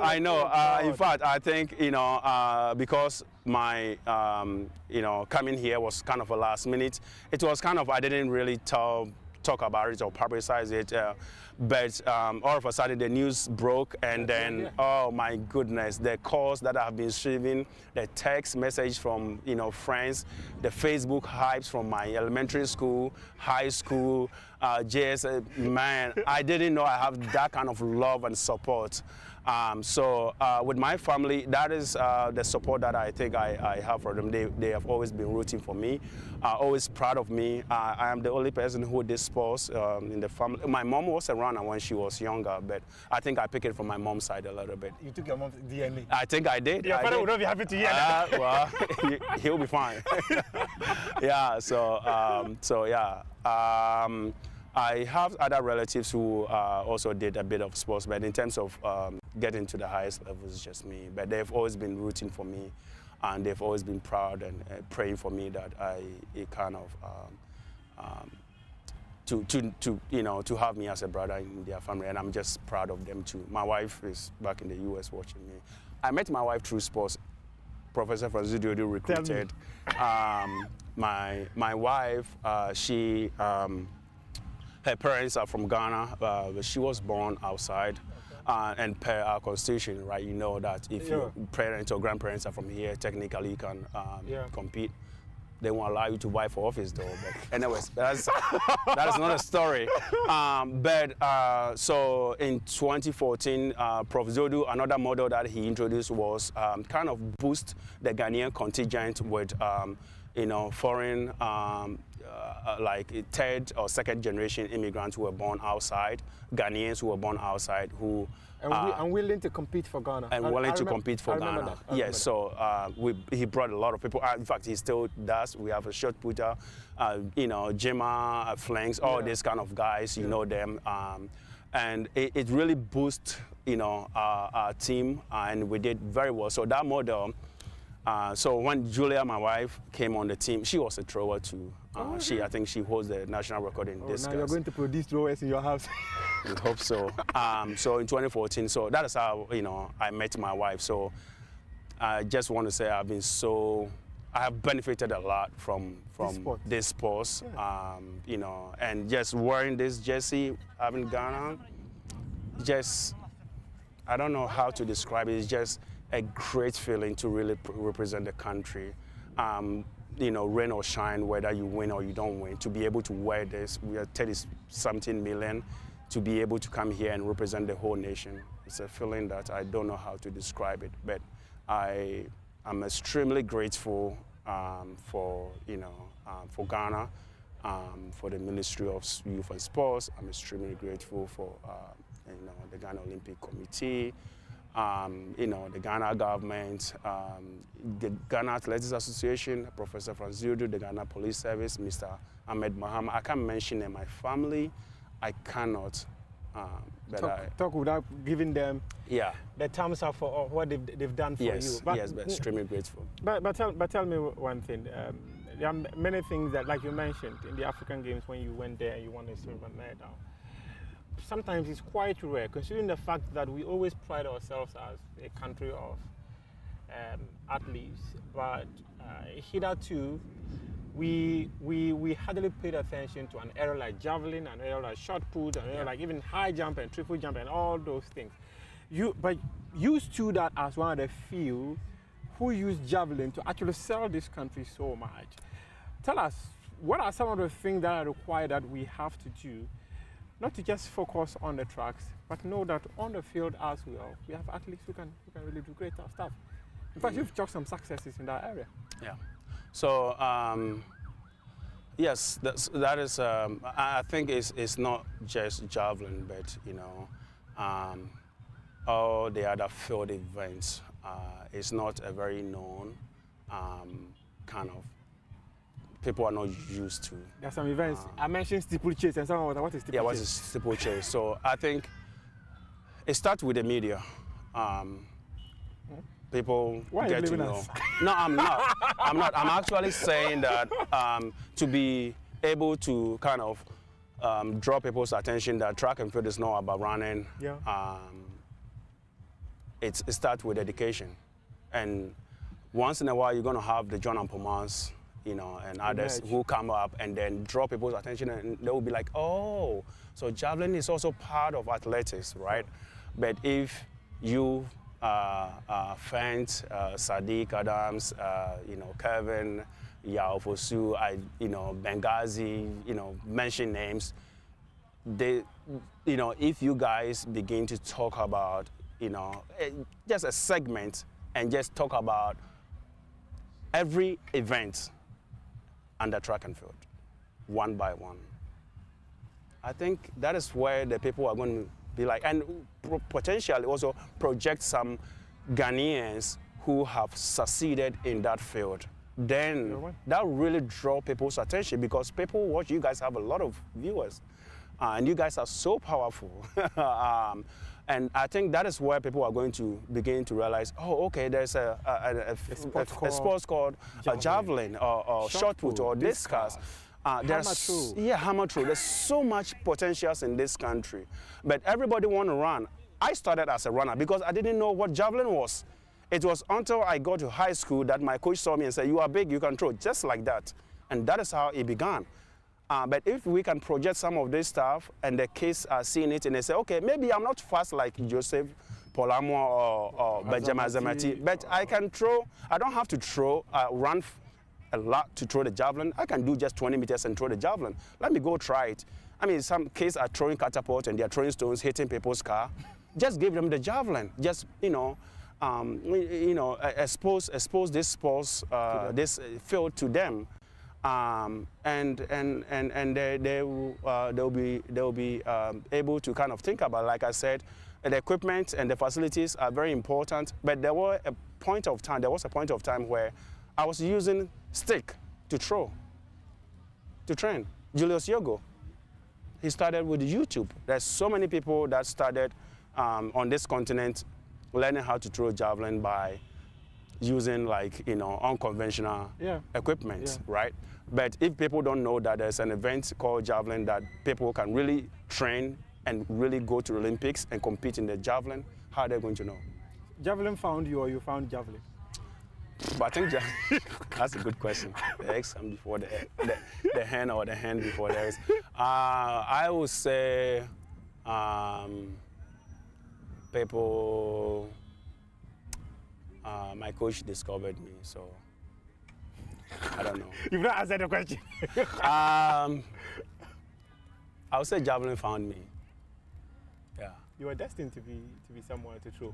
Maybe that's also another way of looking at it or kind of explaining. You've spoken so much about what the sport has presented to you, and then you've also brought the responsibility to my doorsteps and that of my colleagues. As media, we have a role to contribute in terms of letting people understand that when we say athletics, it's not just about people sprinting, or people doing a marathon or a half marathon and all that, but to also speak about the other disciplines like the hammer throws, the discus, the javelins, and all that. I want to have an understanding of what some of the career opportunities are for someone in your area of, we are a people, right? Yes. We always look for a success. Mm-hmm. Oh, if this person succeeded, then I can also do it. Yes. So what are some of the opportunities that if I decide to get myself involved in javelin, I will succeed? Okay. So one, I think I would say find what you love.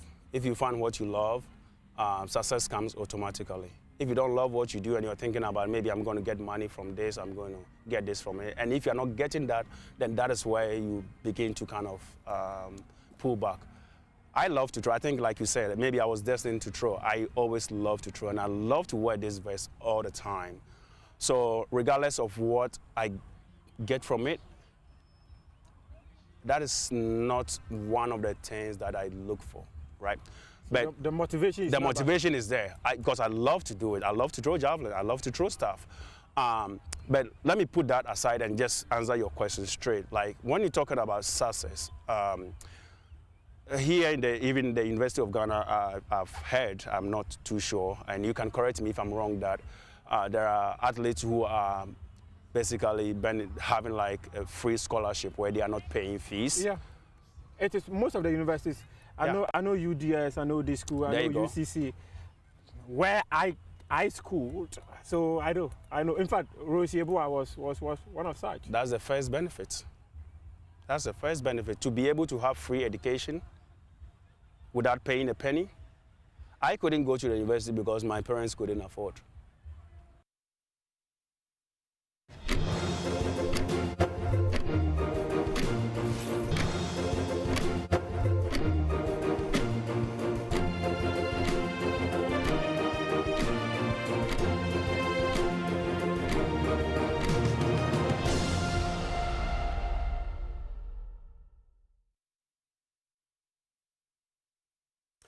Well, thank you very much for staying with me for this holiday, Good Friday installment of Blunt Thoughts. It may be the president's birthday and we've celebrated him, but right now we discuss the heart issues that are taking place in our country.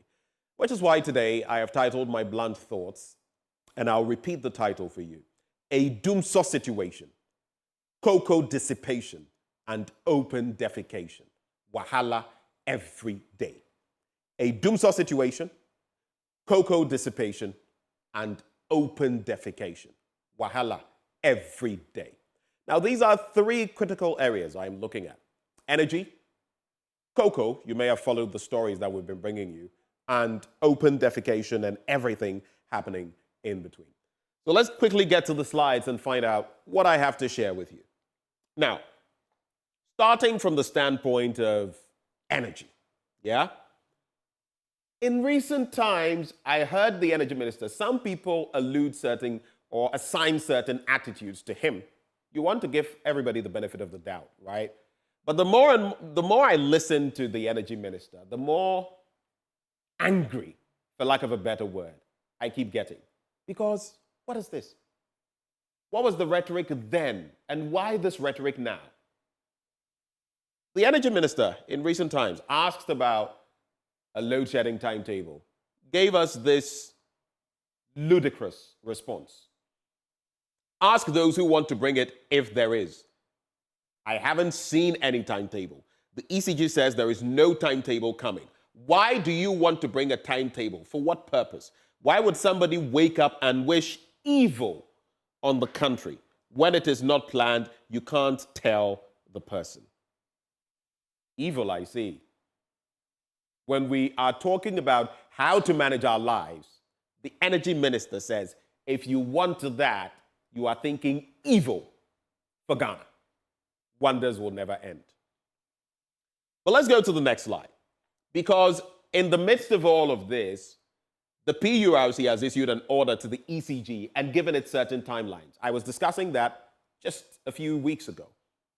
In fact, just last week, right? And they were told to comply with a cash waterfall mechanism and pay all tariff revenues by March 25th, 2024. That has been dealt with. That has been tackled. It's ongoing, right?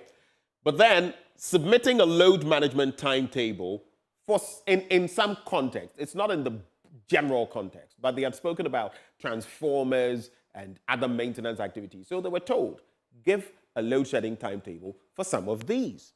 That, the deadline, March the 27th, 2024, the ECG has not complied with that directive.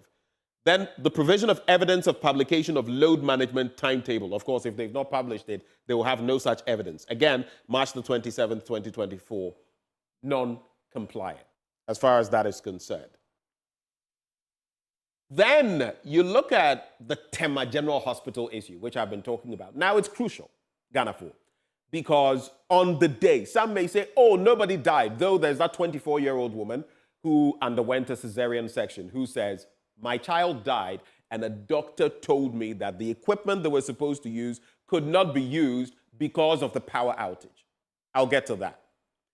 But a power outage in any medical facility is a crisis.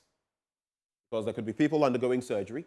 There could be people, imagine you've been opened up and the lights go off and you're bleeding. It's only a matter of time. And you may see it as far away. It could be you. It could be me.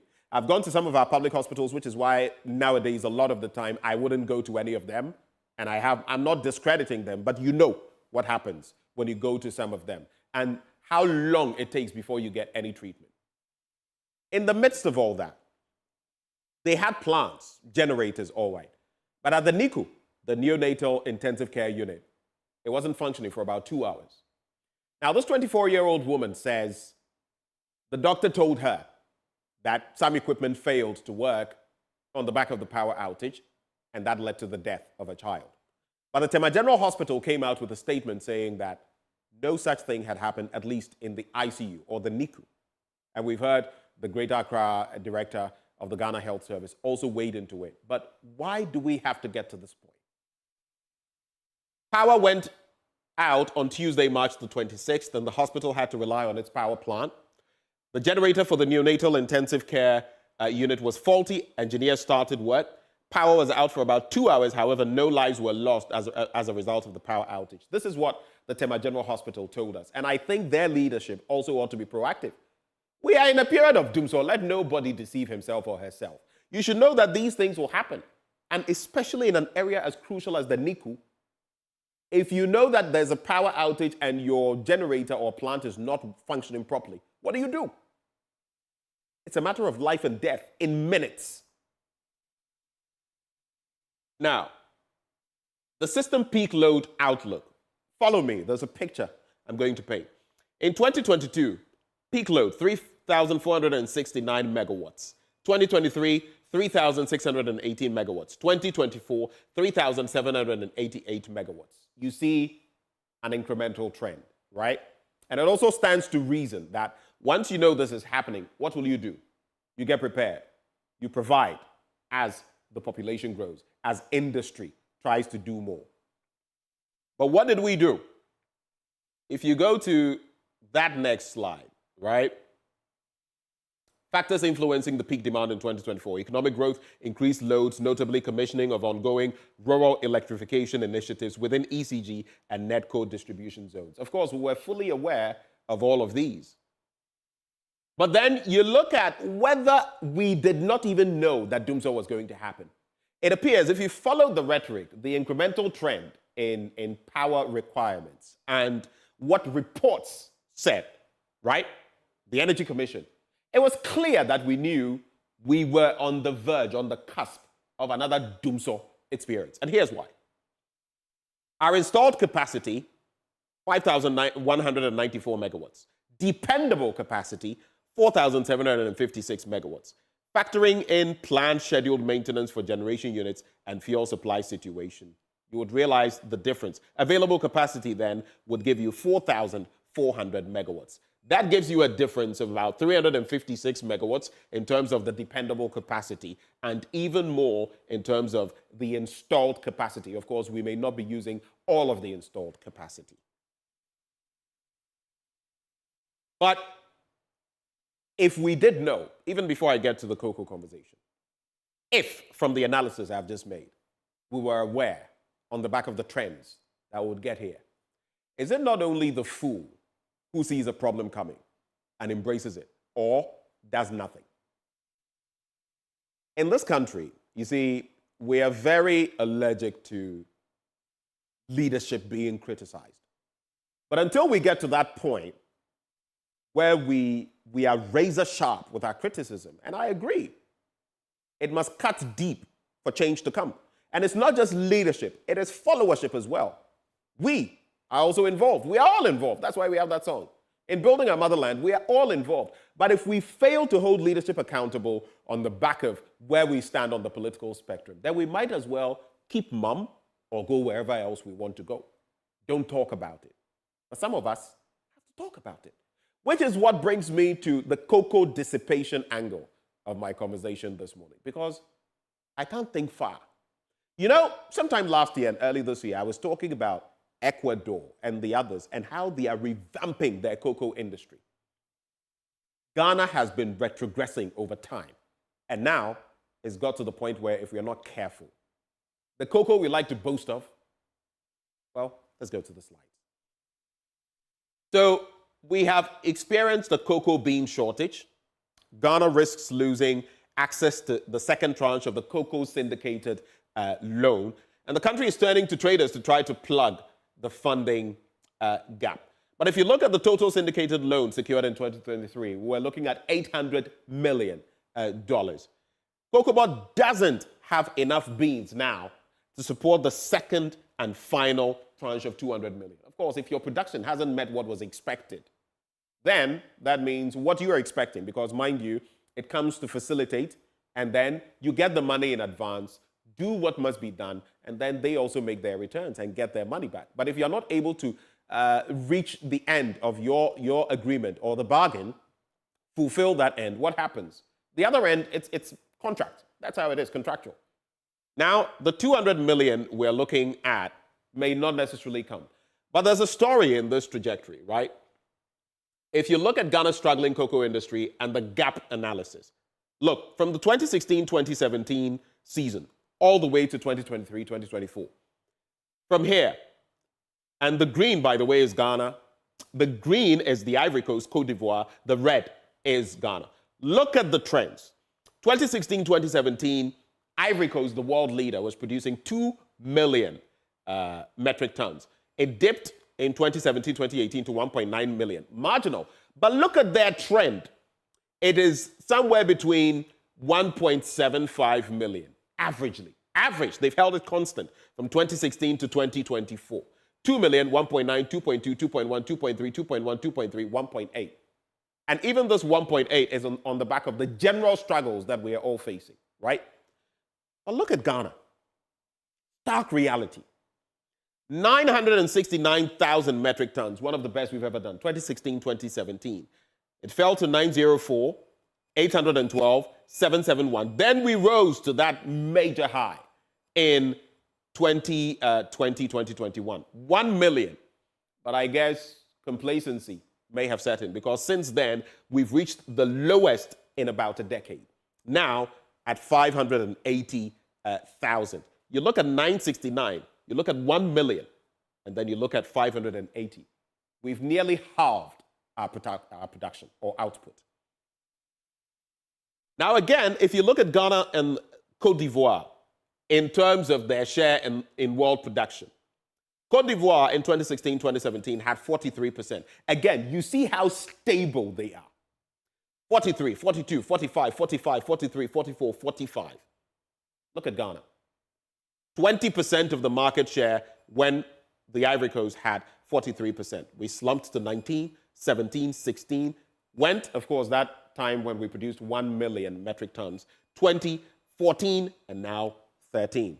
You don't need to be a soothsayer. You don't need a crystal ball to tell you that we are in dire straits. When the market leader is producing 45% and you are producing 13%, and the likes of Ecuador, even Brazil, the South American countries, even Asian countries are catching up and coming with force, we just might slip.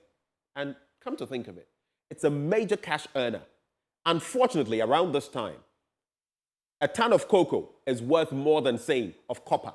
You're looking at more than $9,000. This would have been the best time to cash out, especially when our economy is where it is. But misleadership has led us here. Now, you also look at the causes of drops in production because it's not in isolation, right? There are factors, and we see those factors. Galamsey is one of them. So you look at smuggling because the systems are rife for that. You look at swollen shoot disease, and we've not dealt with it properly. We are rather dilly-dallying with the situation. You look at galamsey, then climate change, and then overaged trees. All of these factors. And then you also look at the Ministry of Food and Agriculture and Bloomberg and a comparative analysis of cocoa farm gate prices versus international prices for this current season. The disparity paints a picture because the farm gate price per ton, which is what would likely give to the farmer, or maybe even less, 1,834. But the prevailing price per ton at the international level, on the international market, 9,638 currently. Are we giving enough incentive to the farmers? Are we? Look at what Cote d'Ivoire is doing to their farmers. I know something has been done from last year and all of that, but you must always, every step of the way, when you have a cash crop that is delivering for you the boons and basically the spine of your economy, right? The backbone of your economy, agriculture. Anywhere else, which is why you would see the trend of when, in fact, there are. Okay, so I'll just have to go back on this. Here we go. Which is why you would see that smuggling is also in there. Crucial, because when you have prices that low and your competitors are willing to pay more, the farmers will be incentivized to smuggle. I'm not saying it's the right thing. I'm not saying it's the patriotic thing. But I'm saying that some people, especially finding ourselves where we do, will opt for that. But now, let's again look at Ghana's struggling cocoa industry in terms of export value for the first 2 months. You look at 2020, $716.3 million, and then you follow the trend from there. Now, 508.4, painting a critical picture. But having spoken about energy, crucial to our national life, and spoken about cocoa, crucial to our national life, I've chosen 3 subjects. The last one I'll speak about is open defecation. We lose many tens of millions of dollars every year dealing with open defecation. The question, though, is where does that money really go? Because what I'm about to show you will leave you scratching your head. And the cost of same when it comes to health, because once people do this, the likelihood of the diphtherias and the diarrheas and dysentery and everything in between is right at your doorstep, especially when the rains come. So, here we go. If you look at residential structures, total residential structures, 5.9 million, and that's the estimate. Houses without toilet facilities, 3.4 million. Can you imagine that? How do you even build without this? We've spoken time and again about houses having this, but how do you even build without that?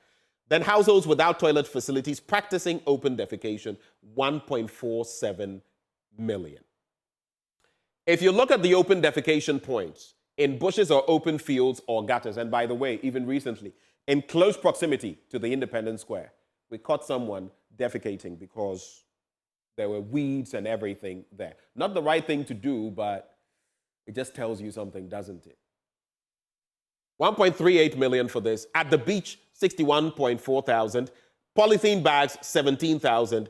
Chamber pots, 18.6 thousand. That is 18,600. When you look at the total, you get that sum of 1.47 million. And some districts are more prone, I will not say they are more prone, vulnerable to it because of a lack of these systems. Let's walk through them. Nanumba North, 25,000 plus. Tema, metropolitan area, 23,000, plus, 600 plus. Tema. So there's Tamale, but Tema is in there also. Tamale metropolitan area, 23,622.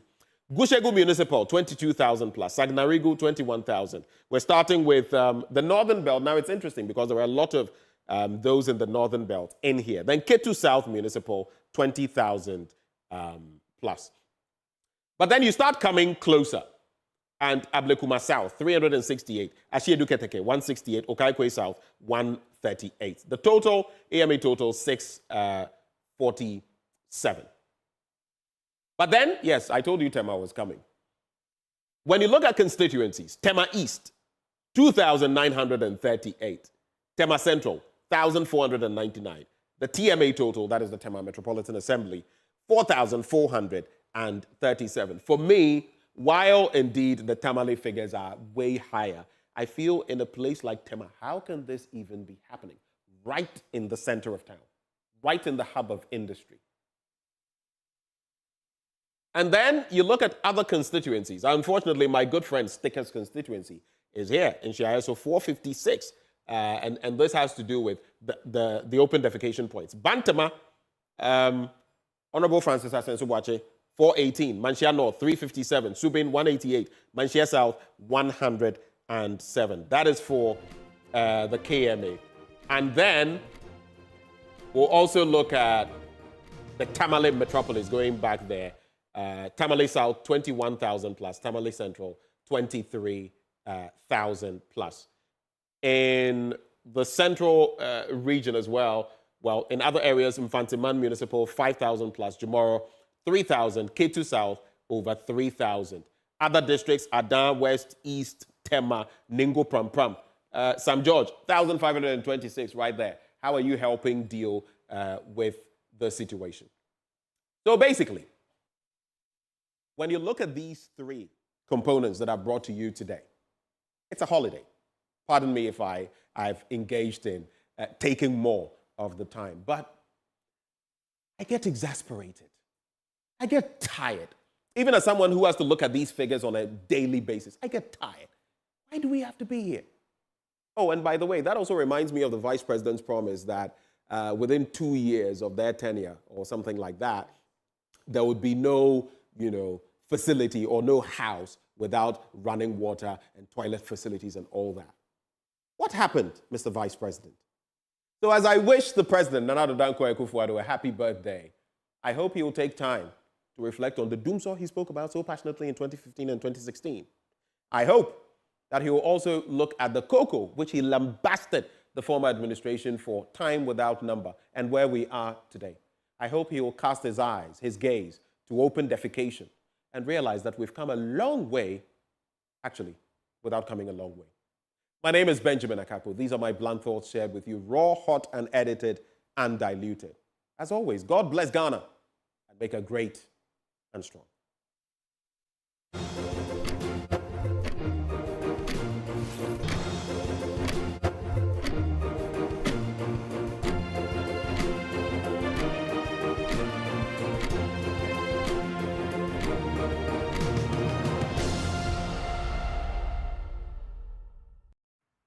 We know the dream is big. We know the passion gets you going. And you have the potential to make great strides. The Chartered Institute of Marketing, Ghana, has always been an avid supporter of industry excellence and innovation. This is why we are excited to announce the CIMG Professional Marketing Qualifications. CIMG has designed practical courses to help you make that dream a reality right here in Ghana. We are geared up and ready to support you on this journey to becoming a world-class professional marketer. Register today and be on your way to greatness. For more information, call us on 055-274-6592. Visit our website www.cimghana.org or email us on info@cimghana.org. Chartered Institute of Marketing Ghana, working for Ghana.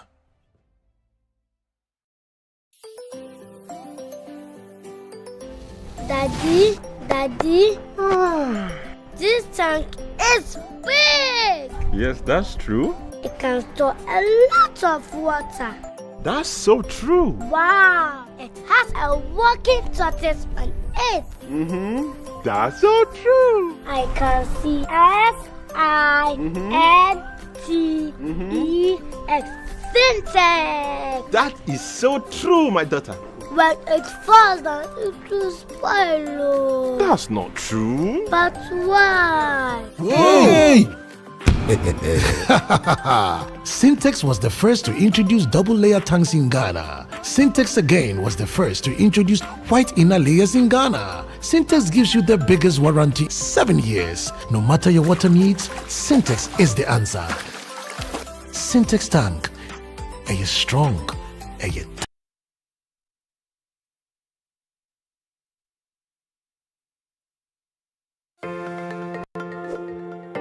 A deep dive into the lives of extraordinary individuals who have achieved unparalleled success in their fields.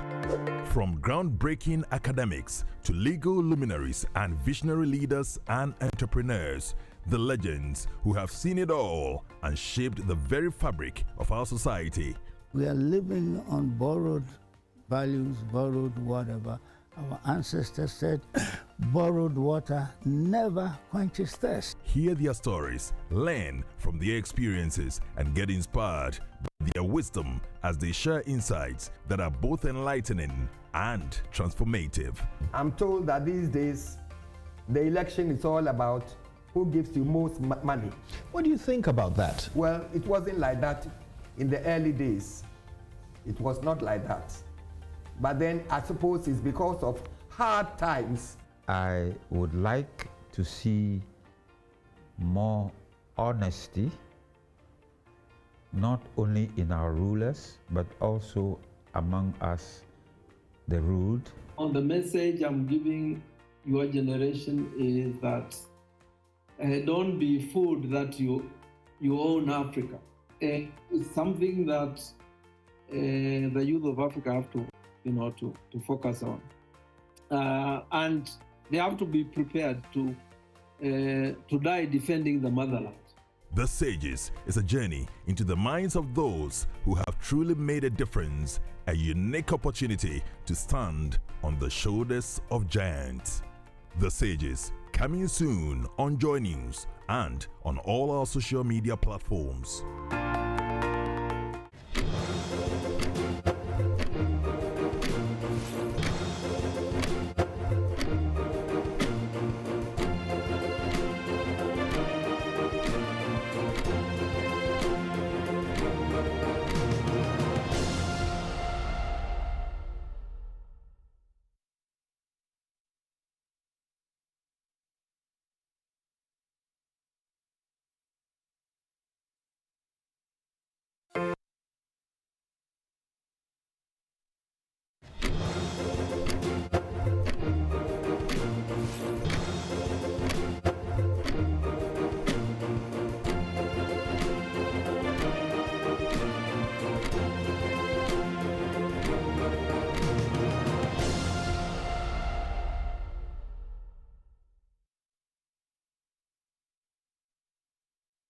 Welcome back on the AM show. We continue with a conversation this morning as we get into our big stories. We're interacting with the Member of Parliament for Bole Bamboy. And some of those crucial issues I've already laid bare in my blunt thoughts I'll be looking at. But I'll also be contemplating taxation in relation to non-compliance by businesses in Ghana, corruption as far as the Public Accounts Committee sittings are concerned, and why the opposition NDC thinks the 24-hour economy is a game changer. But let me now bring in my guest. He is a legislator for Bole Bamboy. Yusuf Suleimana is his name. Good morning. Good morning, Ben. How are we doing? Under the circumstances, we are managing. But today is Mr. President's birthday. Do you have any words for the president? Yes, nice words. Nice words. It's his birthday. Ben, first of all, let me say good morning to our viewers, especially the people of Bole Bamboy, and for that matter, the Savannah region of this country. Yes, today is the birthday of our president, who is left with some few months to go. I can only wish him well and to suggest to him that a few months left, he should do something so that he's able to go home with some legacy. As it stands now, if he was to end his regime today, I don't think he'll be going home with any good legacy. He inherited an economy that was far, far better than what we are seeing today. He inherited a situation where we had been able to resolve the issues of Dumso. Today we are in Dumso. And so if these things are not resolved before he leaves office, I think that will be what he'll be remembered of. And so I wish our president very well. Like I said, he should end up well. That's what I want to say. All right. He's 80 today. Yes. It's a grand old age. You know what the Bible says, 70 years assigned to every man. Not everyone gets there. And I use man in the generic sense, as the Bible does. And 80 years, if you are strong. No, it's a blessing. He has reached 80. It's a blessing. But there's a saying that it's not a number of years you live on this earth that matters. It is the good deeds that you would have left behind if even you spent a very few number of years. And that for me is very, very important. You can live for centuries and will not have any legacy that people will use to mention your name after you've gone. And so, if you ask me, yes, I want to live longer, but I want to leave this world with some legacy, that even when I'm not there, people are able to associate those good things with my name. And I think that for me is very important. I mean, to be honest with you, I don't want to go very Islamic, but the Prophet Muhammad spent only 63 years, okay? But his name is everywhere. And his religion keeps on, expanding. That for me is worth it. It's better than a situation where you would have lived for 200 years when you have nothing to show. But I wish the president very well. It's a blessing. I mean, to have 80 years on this earth is a blessing.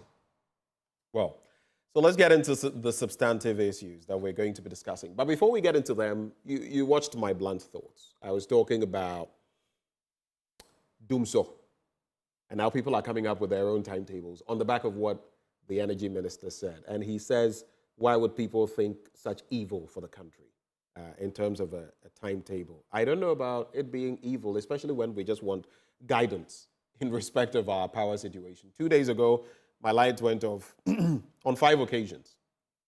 Sometimes I get home and I can tell the power must have gone off at some point because something, maybe my fridge is the easiest one to go to, and then I can tell that something happened in my absence. In some places, they say in the course of the day, it goes off, by evening it's on. In other places, I mean, it's a mishmash issues. What is your doomsday situation where you are? Do you have a timetable yet? I'm struggling to draw my own timetable because it keeps on going off and on, off and on. It started, and I thought it was going to be Mondays and Thursdays. And so I took notice of that. Now, I can't tell. Last night, for instance, it went off about 3 times. It rained heavily around my area, that's coming 20. Right. And so in the evening, it wasn't there. And then it came back around 6 something. By 8, 9, when the rain started, it went off. And then after some 2 hours, it came back. So in fact, if we have a schedule, that will help us. And so I was surprised when I heard the energy minister more or less insulting the intelligence of Ghanaians. For me, you owe us that responsibility. You're a minister of state. It is the taxpayers' money that is used to pay you. The comfort and whatever you enjoy is as a result of the taxpayers' efforts. And so if you cannot do anything at all to resolve the matter, and Ghanaians are not even saying resolve it immediately, they are humbly asking you to give them a schedule so that they can plan. So that if I know that from morning to evening I'm off, I know what to do. In fact, this morning, it was difficult to even get light to iron my shirts. And so these are some of the things. But I am not surprised. I like Napo, but even on the floor of Parliament sometimes, his attitude is that of, he has this kind of arrogant posture. I don't know whether it's part of his life. It's better he has to do something about it. This is a man who wants Why do you call him arrogant? If not, because I also know that in this country, if you are outspoken and you have your convictions and you speak in a certain manner, sometimes confidence and a stance. There's a difference between confidence. There's a difference between confidence and arrogance. Ghanaians have humbly asked you, as their minister responsible for energy, that yes, we know that we are in difficulties. Yes, we know that we are in doomsday. All we ask of you is to give us a schedule so we can plan our lives. And then you respond to them in this manner. If that is not arrogance, I don't know what else I would describe as arrogance. Okay, that's not confidence. If somebody is confident and somebody is speaking his mind on issues, you know. But when somebody wants to insult people, you also know. And that's unfortunate. I am aware that he's one of those who is hoping to be a running mate. With this attitude, are you saying he doesn't make the cut for you? I mean, with this kind of words and posture as a minister of state. But if you become a vice president, I'm sure you whip us. You ask the military and the police to whip us anytime we speak our minds. This is a colleague member of parliament you're speaking. He's a friend. He's been education minister. He's now energy minister. And you speak of him in this manner? Well, I'm not insulting him. I'm simply saying that if he doesn't change this attitude, somebody's told me that his ministry apologized or something. I haven't seen that apology correspondence. But if that is true, then it contradicts his position, okay? So for me, going forward, Napo should respect Ghanaians, and Napo should be mindful of the fact that it is the taxpayers' money that we use to pay him. And this posture will not take him anywhere. And that's my advice to him. I'm not insulting him. Let's quickly take a look at the 2 other issues I raised. And I see you have some of the data when it comes to open defecation. But there's also the crucial issue of our cocoa and where we find ourselves.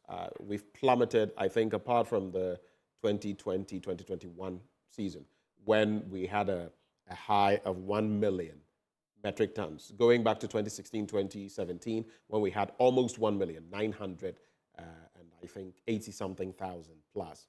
We've been falling, and now we're almost half that figure. At a time when a ton of cocoa is more expensive than copper, where we could have, if we were producing on a higher level like Cote d'Ivoire is doing, we could have reaped the boons, but we are not. Right. So I want your quick reflections on these two, and then we'll get into Yes, so we all know that in 2015, 2016, we're getting to 1 million metric ton. Now go and look at the records. At that time, we had also embarked on expansion of our cocoa farms. And that is what resulted into the increment in the subsequent years.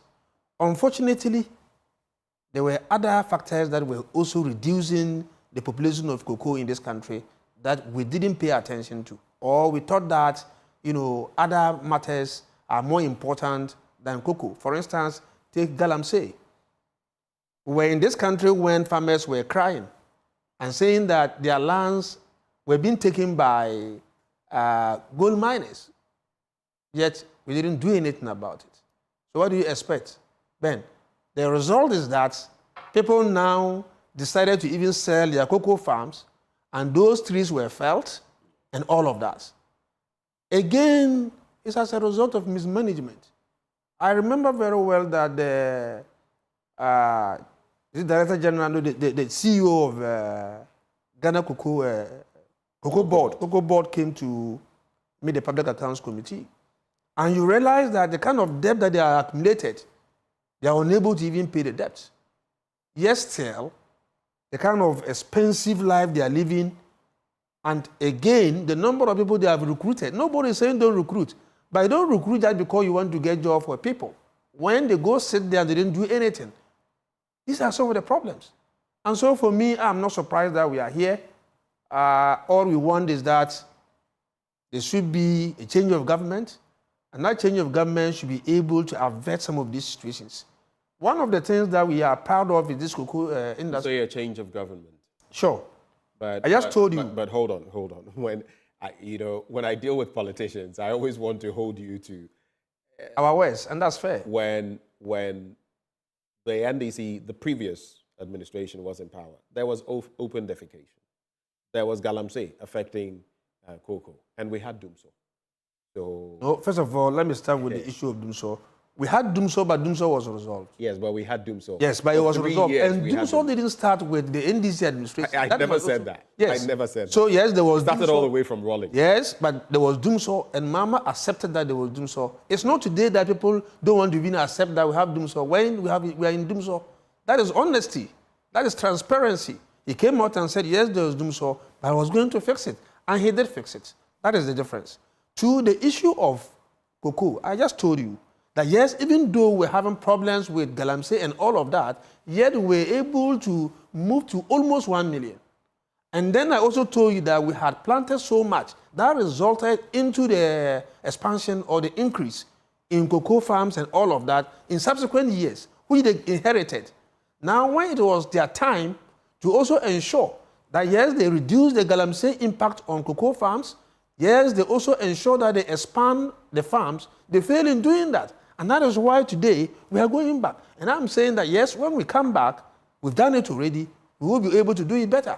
That's just what I'm saying. Now the issue of open defecation. Let me just take you back to Dumso briefly. Yes. Your own member of parliament on your side, yes. Edward Bauer, yes. together with other analysts, have yes. said that, look, it's going to get really bad with the power situation, especially from 2025. No matter who takes over, that person is going to inherit quite an albatross round their necks, right? How does your party hope to deal with the Dumso situation, assuming you get into power? Inshallah, we'll get into power. But you see, you don't have any money.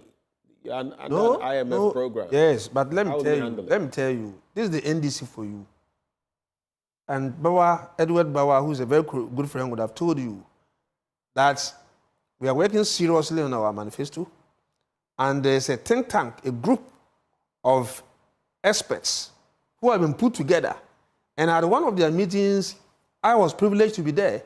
And they had identified that, yes, 2025 onwards, we're going to have a serious problem when it comes to power. And so what are they doing? This think tank, I can tell you, have put together a proposal that is going to resolve this issue when we come to power. Now, what I will not do here is to expose to you the proposal that they have put together. I'm privileged that to have that information, but it's not for me to sit here and say that this is what we intend to do to solve it. Okay? If they cannot fix it, they should back out and give us the way, and we'll fix it. And that was what we were told. We were told that if the kitchen was hot, we should back out. In 2016, yes, we left the kitchen, they came in, now it's hotter than it was. And so for me, whether it's about electricity or power problems, whether it's about galamsey problems, we are saying that we are better off, we are in a better position to fix it. And that's what I'll tell you, Ben. All right.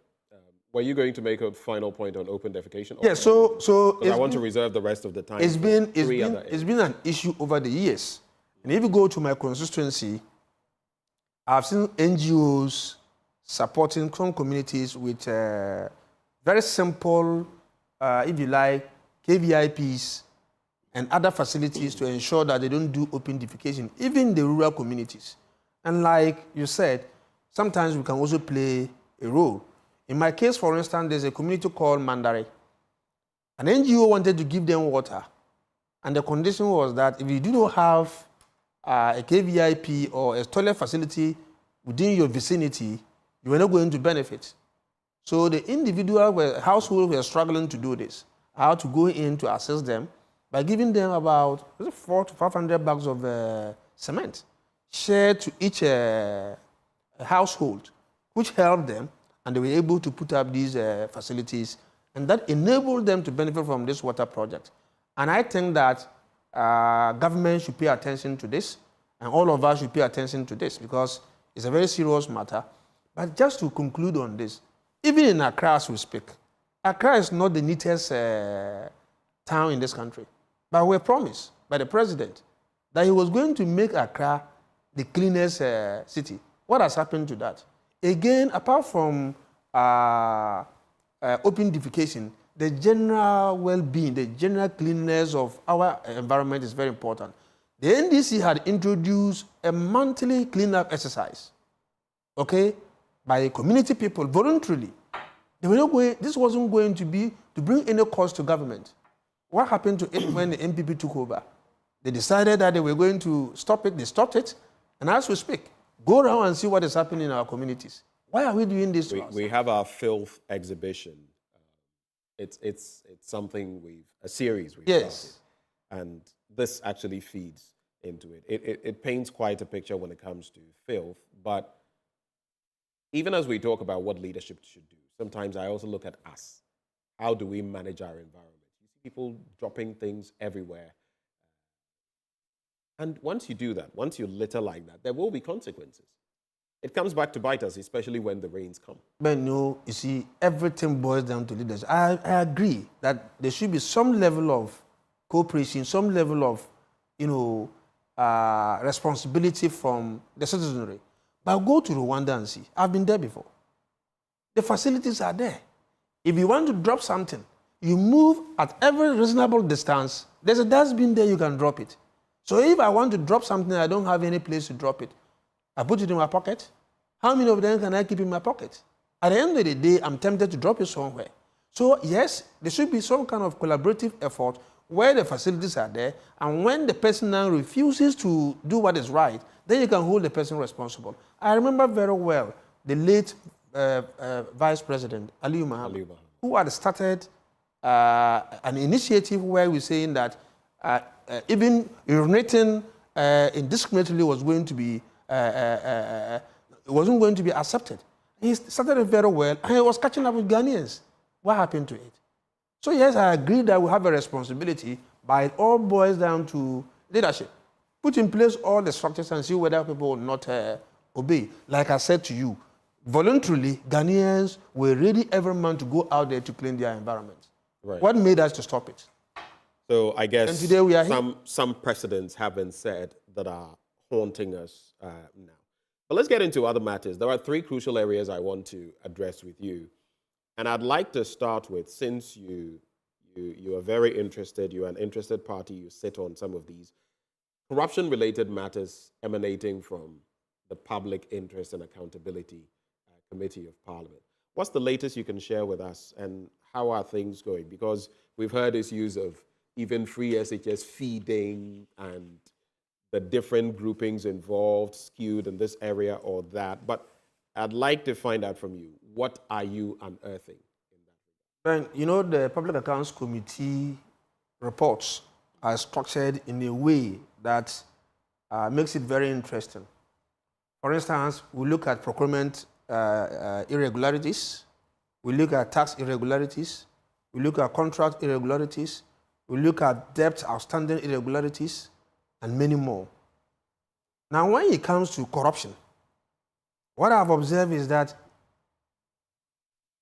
in all the sectors, you have some semblance of corruption going on. Take school feeding, for instance. You go to the school, the report shows that they have received this quantity of food items.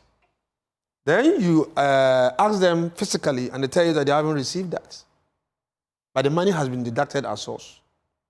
So it means that... And this supplier has been paid. This supplier has been paid. For goods not delivered, for goods not fully delivered. Not fully delivered, in most cases. And the head teachers are coerced to a point that they even find it difficult to talk.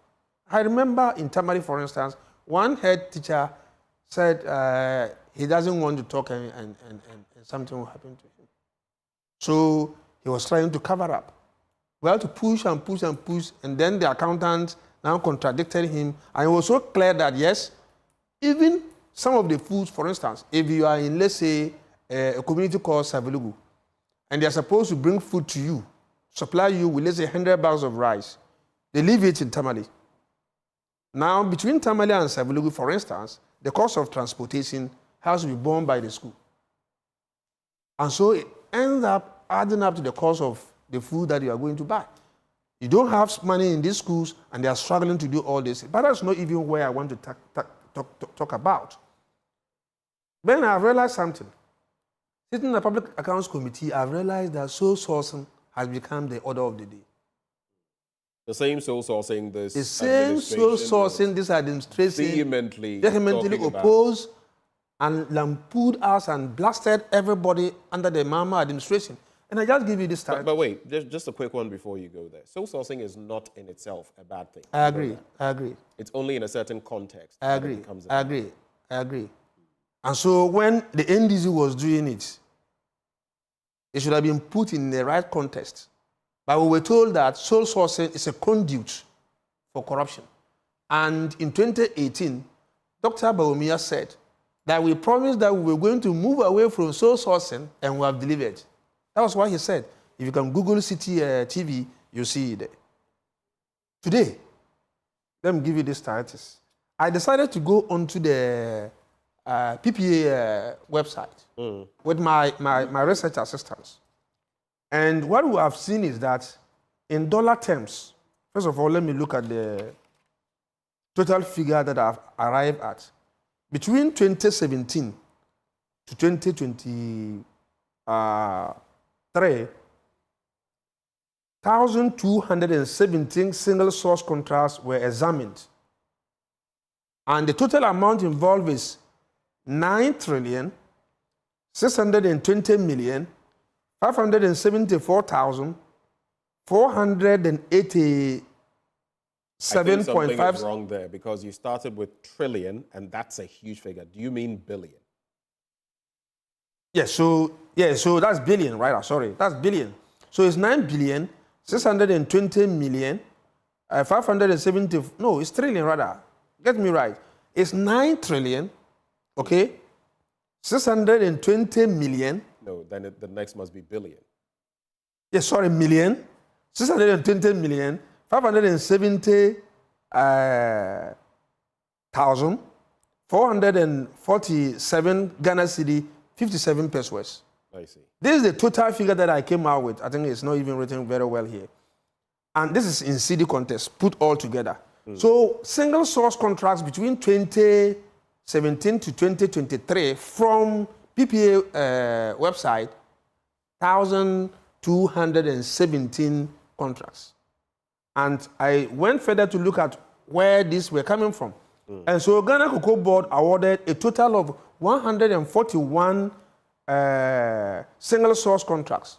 And that alone will give you over 6 billion.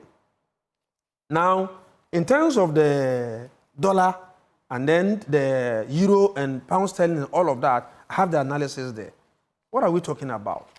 Apart from these single source projects that have been used to siphon money in their own ways, because they are saying that once you resort to single source contracts, it's a conduit for you to steal money.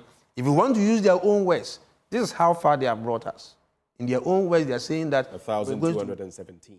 1,217 single source contract within this period. Under the NDC, it was less than 1,000. But the president was even in the in Parliament to talk about it and to say that they are coming to save us from this corruption. Because in his own way, he said that using single source leads to corruption. What's the period again? When? 2017 to 2023. Okay, all right. You just go onto the PPA website, you see it. There's another trend, and I can mention 2-3 institutions. In 2022 Public Accounts Committee, the Public and Corporation Board audit report, you have an institution like the National Youth Authority, who had awarded contracts to the tune of about 35 million plus Ghana cedi, varying that contract within 3-4 months to 73 million without recourse to the PPA Act. Another bridge there, about 38 million Ghana cedi was added up. This is a breach, and this is a serious matter. I mean, nobody can prove to me that there's no corruption in this matter, because already you have breached the law. Now, you also go to national lotteries. They are going to do single source and saying that they wanted the items under a certificate of emergency. And so these items, there were small machines that way. You see these machines that they use at their vendor points. They gave it to them. They ordered these equipment. As I speak to you, since 2022, they are some of them are still stocked in their warehouse. So where is the emergency here? Clearly, there's something wrong there. And many of these things are what is happening in this administration. And so when it comes to corruption, I'm not surprised that the president is now running away from talking about corruption. The vice president is running away from corruption. Listen to them very well. For the past 2-3 years, they are low when it comes to the issues of corruption. But in 2016, that was their highest point. And we know that from the SONA, it's one of the things... yes, so for instance, in the SONA, he was silent.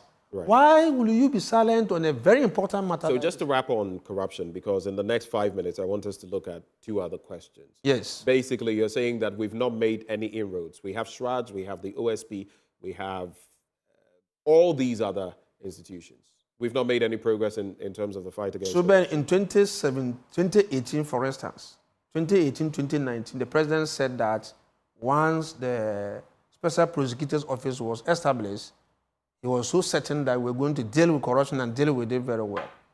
You have a situation where when the Special Prosecutor's Office starts to work, you have state institutions interfering. Take the case of Cecilia Dapa. Even before OSP could start its work, the president had cleared her. Because if you say that I have so much trust in her and blah, blah, blah, blah, you are prejudicing the outcome of the investigation. So point made on that. Let's talk about, let's quickly, for the sake of time, let's talk about taxation. There's a lot of non-compliance, we know. In recent times, we heard the vice president talk about granting a clean slate to those who are not on board so that they can come on board. And some have wondered how that will be executed as well, especially considering that that could also send the wrong signals to those who are paying, right? And then you hear the vice president also say that the GRA is hounding or chasing people and making life unbearable for them, businesses. The tax situation, where did we go wrong and how do we remedy it? Yeah, Ben, before I talk about where we went wrong and the way forward, I was wondering who was speaking. I was wondering, listening to my good brother, Dr. Bahumia, whether indeed he was the one talking about taxes and talking the way he was talking. Now, we all know that he got his job as a vice president because of his perceived expertise, okay, in the management of our economy. The president was so clear by saying that, look, I need somebody with economic background to partner me. And indeed, it was this reason that they used to convince many MPP stalwarts to accept him, because they saw him as somebody who was not even part of them. So these were the points that were used. That, look, he's an expertise in the management of our economy. He's all of that. And so they were able to push him to, even though he was not a party member. He came and he started his work very well. And he was the one heading, or he's still the one heading, the economic management team. The economic management team can look at both fiscal and monetary issues. They have the right to do that because they need to work in collaboration with both monetary and fiscal policy units. And he is the one chairing this team. So the question to ask is, did he have these ideas long before, or is now that he's thinking of these ideas? If indeed he had these ideas long before, did he suggest this to the president or not? But the president has told you, the vice president has said he's like a driver's mate. I'll come to that. The president in the SONA. So if you're a driver, the buck stopped with him. If you're a driver mate, you have a responsibility. Your work is cut out as to what to do and what not to do. And I'm saying that his work was cut out for him, and that he was supposed to manage the economy. He was supposed to be the head of the economic management team. Is he saying that he has failed in doing that? If he has not failed, then it means that, one, he had these ideas but decided not to tell the president so that he can keep them to himself. Today he wants to run for presidency and now he comes to use them. Or he suggested to the president and the president refused. So what's the In way? both cases. How do we get out of this? How do we? Yes, I'll come to that. We've always spoken about the fact that we've not stratified our tax regime properly. A few people are overburdened with taxes, and there's a chunk of people who are not paying taxes, though we all pay indirect taxes. When you purchase the credits and all that, you pay taxes. What's the way forward? Yes, but you're moving me away from looking at the person talking and whether or not what he's saying is one more minute on that. Yes, so one more minute on that. Look, in 2017, and you can still Google, even if you go to the Ministry of Trade's website, they have 13 comprehensive points that they had listed to be able to transform or industrialize this country. And the number 2 was that they were going to reduce interest rate and also reduce the burden of taxes on enterprises. That was the second point that they raised. Fast forward, what has happened to that? And you're now coming to tell us that you have new ideas. Why didn't you suggest these ideas to your president? And if you have done that, one evidence that, yes, I have done that. If not, I will describe my brother as a wicked person. Because if you are, yes. That is a strong... No, it's not. Hold on. You're describing the vice president as... On condition that if indeed he had these all ideas that he could supply to his boss and he refused and was taking salary and sitting there, then he could be described as a wicked person. But if he did, suggested these things to the president refused, that's a different matter. And we want evidence from him to show that, yes, I have advised him, he refused. Because he was employed as a vice president. But he has already said that it's not anything that he comes up with that is accepted. He said that already. My point is that if you have said that and they refuse, let's know. Because again, we pay you. Ghanaians pay you. And they expect you to deliver. So why are you telling us those that you have been able to achieve and not telling us those that you have had difficulties in pushing them through? Okay, so enough on the vice president. What's the way forward? How do we... So let me tell you. Another minute. This give me some 2-3 minutes. This idea of flat rates hasn't started today. But the way the vice president is proposing it is unsustainable. Now let me just ask a question. In the 2024 budget, tax revenue is estimated to be 11 billion. Okay? And he was part of the drafting of this budget. He didn't see anything wrong with it. Now you are saying that in 2025, when you come, you will ensure that there's no tax payment. Now it means that I don't think that's what he's suggesting. No, he said that it's going to be general amnesty. Yes, but an amnesty means we're wiping the slate clean, but you are going to start making No, he payments. said you're not going to pay at all for a certain period. Yes, but he's saying that we are starting afresh. That's what, so they are going to start But he said that he's going to have a clean sheet and he's going to ensure that there's tax amnesty. Tax amnesty means that you won't pay taxes. I get it. And but I'm I say that moving forward after that, the same people are going to have to pay now. No, but I'll come to that. But what I'm saying is that, you see, you have to look at the statement he's made, whether it's sustainable or not. Whether that statement is honest or not. Whether that statement, he meant it or not. In other words, the 11 billion that has been projected, if those people don't pay, is that what you're suggesting? No, so what I'm saying is that if today you are saying that we need 11 billion, and that 11 billion will be used to solve some of our social problems, okay? And you are saying that when you become a president, God forbid, in 2025, you're going to give tax amnesty. People will not pay taxes. Now, if people don't pay taxes, how are you going to mobilize revenue to be able to meet the basic things? We have educational issues, we have health issues, and all of that. Don't also forget that some of these taxes that we pay go into some statutory funds. What happens to those funds? Get fund is there, national health insurance is there. What are you doing about them? That's the other angle you have to look at it. Final but you point, see, it's not about flat rate, it's not about progressive tax regime or regressive tax regime. The problem, if you ask me, is it all boils down to the issue of compliance. People, even the few that are paying are not paying. Yes, you can expand it. But if you don't address the issue of non-compliance, you still have problems. Why are we having problems with non-compliance? One is because of the perception of the unfairness of our tax system. Look, Adam Smith in his book stated... You had to go to Adam Smith. Yeah, stated 4 principles that we have to always look at. The principle of equity or equality, the principle of convenience, the principle of economy, and again, you have to also look at the issue of whether or not the people even have what it takes to be able to pay it. Now, so if you are able to look at all these things and relate them to whatever decision you take, you'll be able to get a behavior change that will result into payment of taxes. Thank you. Thank you very much for your time. Unless you want to land on that. Yeah, so what I'm saying is that, let me tell you what I think should be done. Right. So the issue of tax perception will have to be addressed. Now, there's a relationship, and literature has established that there's a relationship between tax perception and tax compliance behavior. There's a relationship. In between this relationship is the issue of, if you like, tax legitimacy.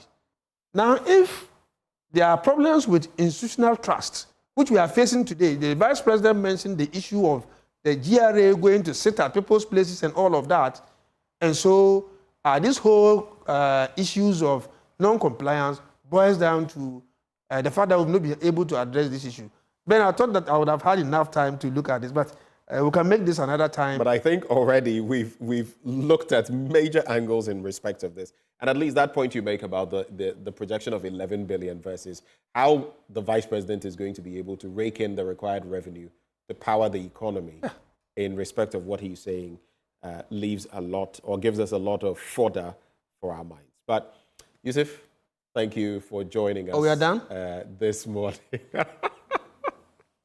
Ben, I think that we should have time, especially for me to look today at... has a packed show. For me to look at this issue of taxation and what the let's see what issues percolate on the back of this, and let's have further conversations, maybe together with other tax-oriented people. Yes, I would love that. These. I would love that. But that's another opportunity. We'll see. But let me thank my brother and the family, the former president and the wife. They are Christians, and I know today is Good Friday. Even though they are not Catholics, I don't expect them to dress like the way you are dressed. It's a period that today is a very special day. Muslims are fasting. Today is a Friday, okay? And today is also a Good Friday for Christians. I ask that we are able to work together as a people. There should be peace in this country. And on that note, I want to also thank the people of Bole Bamboy for this honor. I mean, I've always said that, Ben, I'm from a poor home, but they have honored me by making me a member of parliament, representing them. And so I've always said to myself that I owe them, and I want to see peace in that area. And I tell you, 2025 is their year. 2025, when Mama becomes the president, inshallah, Bole, and for that matter, Savannah region, and by extension, the North will take its right position so that we are able to close the gap, okay? Whilst he's developing the southern sector, he also look at how to bring the northern sector on board so that we have a country where you don't have our young children refusing education and running to Accra, and people will end up building hostels for them, like my brother, Dr. Baumia, is doing. Your brothers and your sisters are running here in search of greener pasture, and all you do is to accommodate them by building hostels for them. I see every opportunity you get, you will want to take on the vice president. Of course, the former president himself, a member of parliament for that area, Bole Bamboy. Thank you, Yusuf, for joining us for breakfast. I'm grateful. This morning. Yusuf Suleimana is member of parliament for Bole Bamboy. He joined the conversation here. But do stick and stay. We have a lot more coming your way as we host the 2022 National Best Teacher, who's on a mission to award outstanding teachers, especially in rural communities. We'll be right back.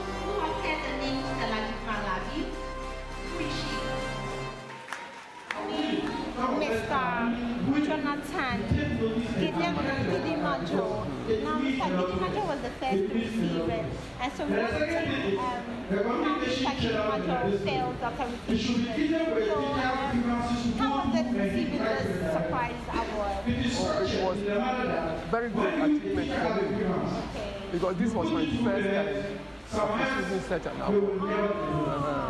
How many years have you done? So this is my 18th year. 18th year, and this is the first award. Thank you very much. Thank you. All right, so I can see beam of smiles on some faces of teachers. So you understand, I'm just like all of you. I'm just 12 years in the service. Okay, I'm very grateful for this citation. In fact, it has really surprised me, but then I know it will make me to up to the task and work more and uplift my image and the image of my district as well as the nation in Ghana. Thank you so much for this. I'm humbled. Thank you. Some of you have served for over 2 decades, but you've not received any appreciation. This award is a surprise to me, and it's going to encourage and motivate me to work more to glorify God at Danwest and my school at home. Thank you. Nobody lights a candle and puts it under a table. Nobody will see the lights. Exactly. First of all, I'm very grateful to God to this award. I wasn't expecting it, but what God has done for me is what I have planned. This award is going to compel me to do more for the kids and even beyond the classroom, because as the Bible says, hard work pays. So my work has been recognized, and this will help me to do more and more in the teaching profession. Thank you.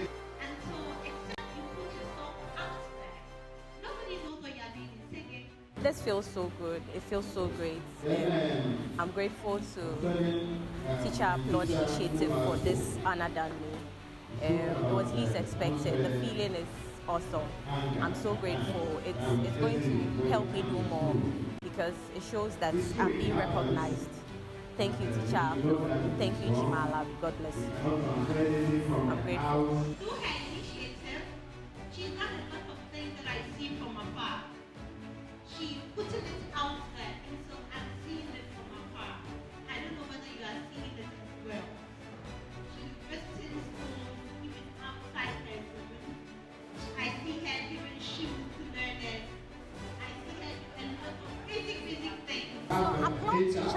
award made a stop here at Adam West. And I should say that today has been different, the feeling has been different, because as always, what we seek to achieve is to widen the smile on the faces of people. I want to say a very big thank you to Senor. Senor, thank you for coming through for us, sponsoring the citations, and to seeing the, I want to say I'm grateful. And to all the other sponsors who are yet to come, we pray that you keep supporting the teacher to do more in the classroom and beyond the classroom. Stay blessed and thank you.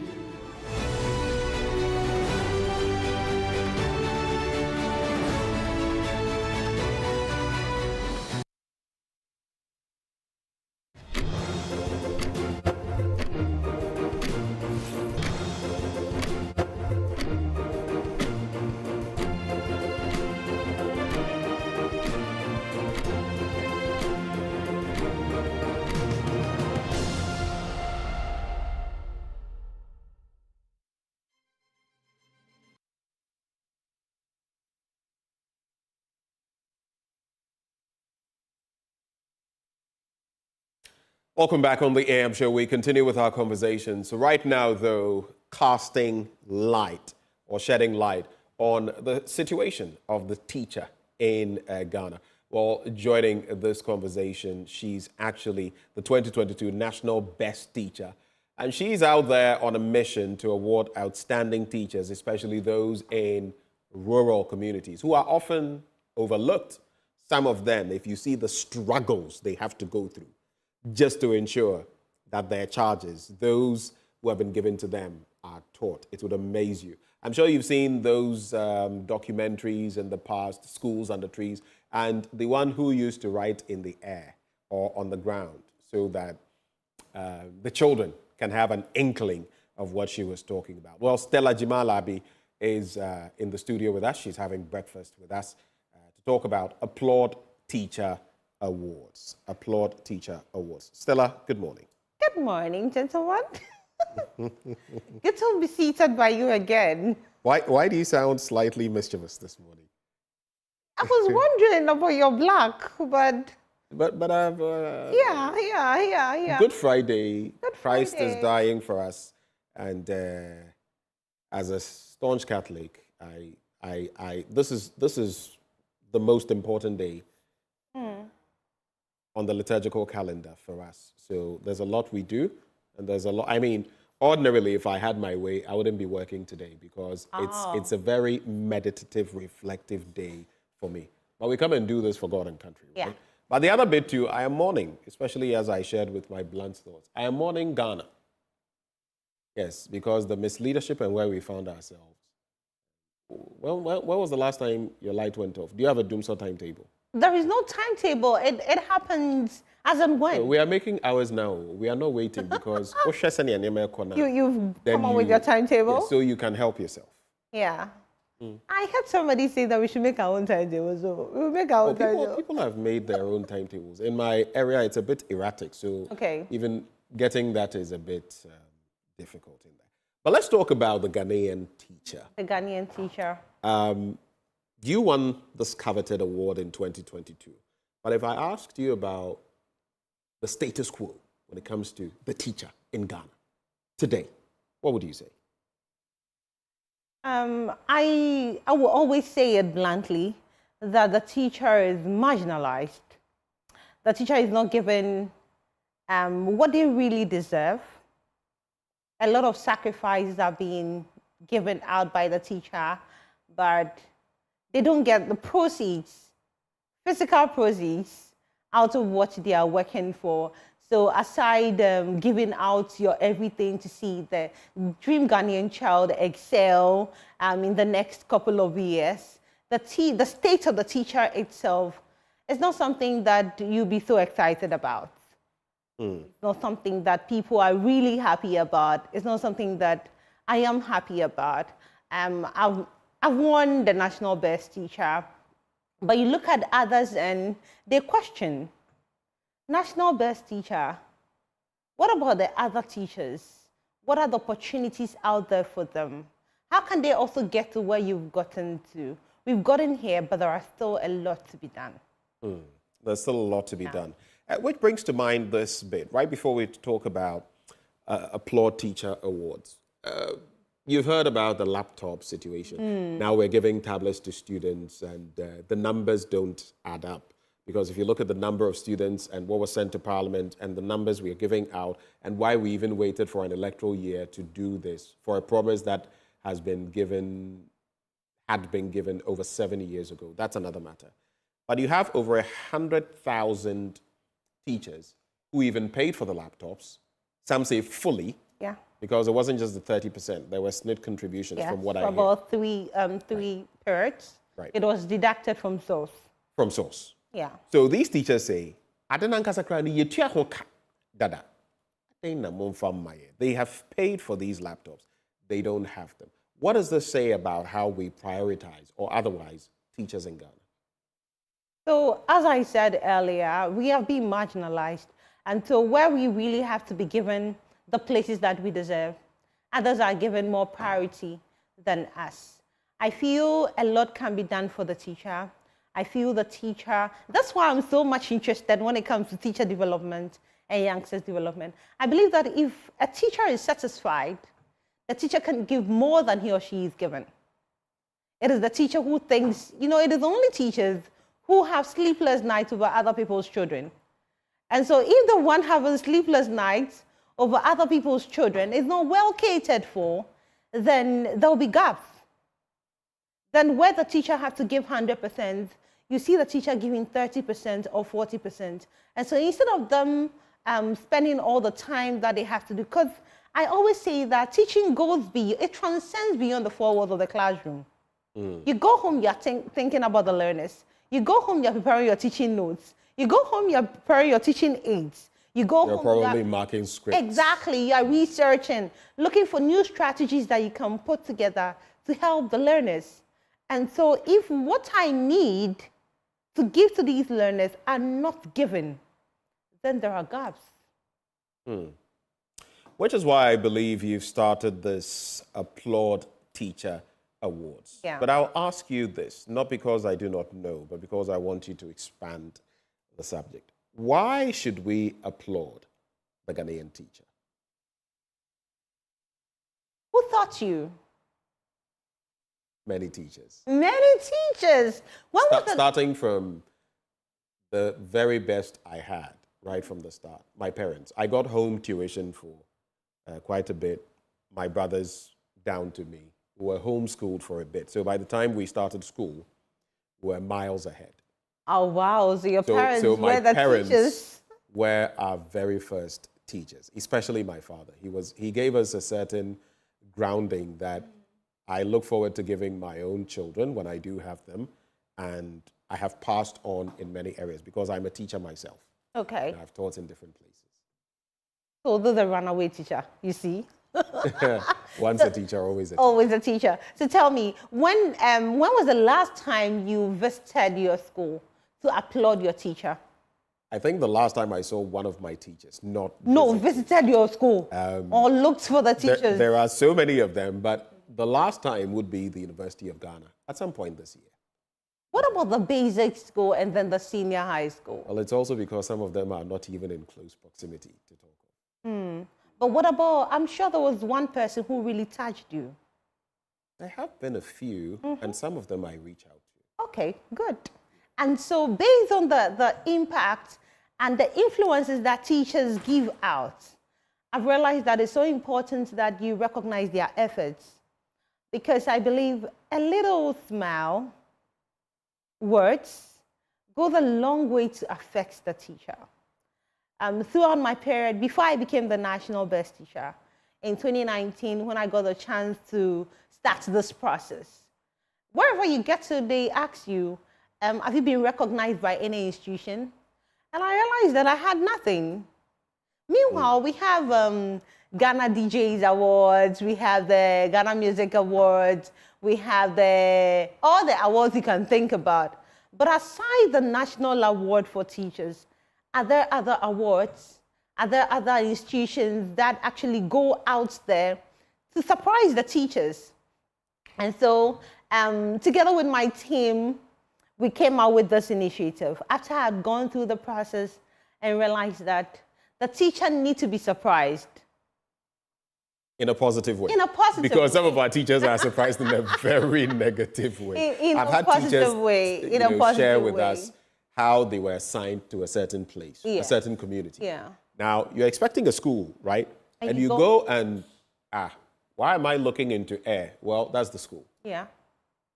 There's no structure, there's nothing. Yes. And nothing. that's the No- school. no I roof know over of some the of head. these teachers who have now had to put up ramshackle structures, whatever. I mean, some of the teachers, especially those, you know, posted to certain communities, you have to feel for them. And some actually put in the effort. For some of them, it has changed their lives.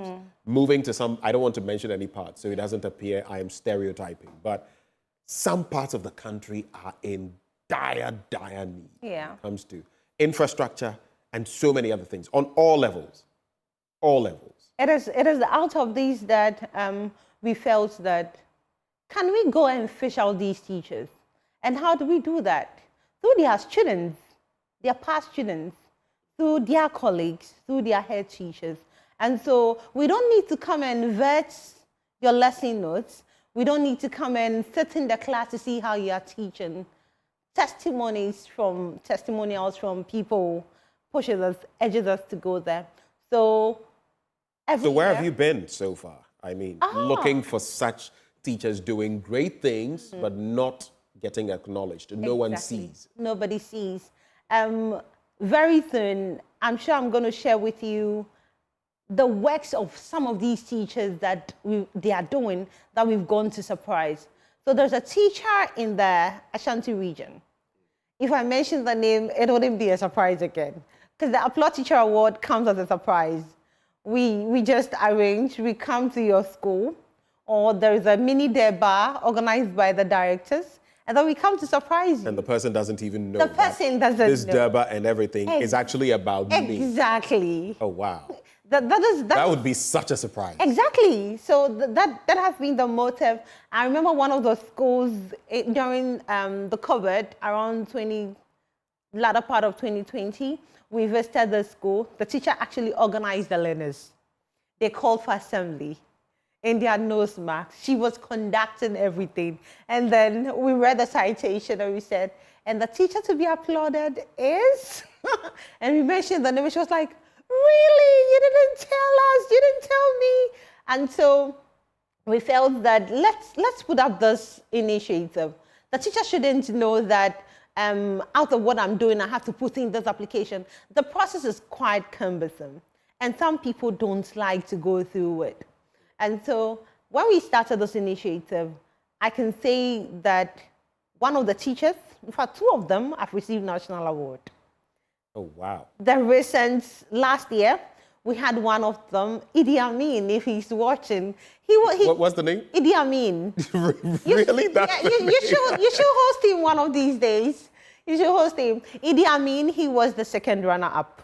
Wow. And we surprised Idi Amin in 2020. Is that his real name or is... That's his name. Oh, Idi Amin wow. Firdaus. Wow. Yes. Yeah, you should host Idi Amin. And the things that he was doing, he didn't see it coming. And that was the time that the fake awards came. Mr. Ewan. Dr. Ewan. Dr. Ewan. Right. And so I remember I saw on Facebook, he posted that since it's the season of awards, let me also share my awards. But I think, especially as the original Idi Amin, we know has a very negative, but Yeah. he is sanitizing the name. He's giving the name, He has sanitized a lot of positives. in the to education it. space. In the educational space. He's doing so well. So what is the plan? The Applaud Teacher Awards. What is the plan? What are you expecting to do this year? Okay. What support do you need? So this year we are outside Accra. We are going to the Eastern region. One of the areas we will go to is in Krakan. You know, in Krakan? Is that Takofoidia? In Krakan. In Krakan. In Krakan. Yes. And then we are going to Somanya. We are going to just a point here. Okay. So this year, we are in the Eastern region. So we started this month, and then through to April. So the whole of April, Fridays, we will be paying surprises to teachers in their. How many are you targeting? How many can we look at? So so far, we've done over 100 for the previous years. This year, we are doing 42. Okay. So why 42? and I'm curious. Yes. Lest I forget. Do you target all the regions, or is it that a region at a time? A region at a time. A region at a time. Right. So this year we are going to the Eastern region, but at the Outstanding Teacher Summit, there are some teachers randomly selected that's across Ghana who will be appreciated on the day. But for applaud teacher, especially this year, we are in the Eastern region. Okay. Yes, we are going to surprise the teachers, and we believe that the little that we do will encourage them to give more, to see the dream of Ghana, transformed. The dream of Ghana transformed. One of the things that breaks my heart has to do with, or the things that break my heart has to do with schools under trees. And you remember the promises that were made? Yeah, even in Accra. Right, and they are so rife. I mean, I cannot imagine for the life of me how you can expect that crawling youngster to make any sense of anything, crawling on the floor, sometimes lying on their bellies, scrawling on the bare floor, and expect them to compete with people from not even other jurisdictions, right here in Ghana. Yeah. The international school setup. We are basically setting them up for disaster, a disastrous future. And sometimes it comes back to bite us.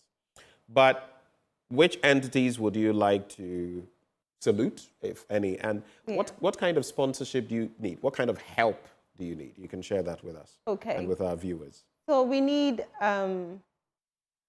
this year especially, in addition to presenting the teachers with the citations, we would love some teachers to get scholarships as well.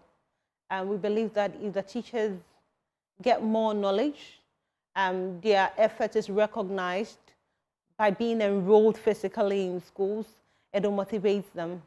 We believe beyond giving gadgets and other things, the gadgets will spoil, but when you are able to impact knowledge, give back to the teacher, to go and study and come back, then the transformation that we seek will happen. And so organizations should come in to support these teachers once we fish them out and then they gain admissions to go to school.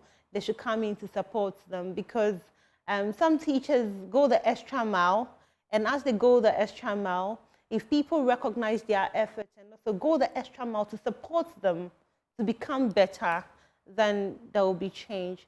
So everybody should come on board, come and support us with scholarships for the teachers, come and support us with money. Yeah, we need money to bring out more citations, money for transportation, because going to these areas is quite involving.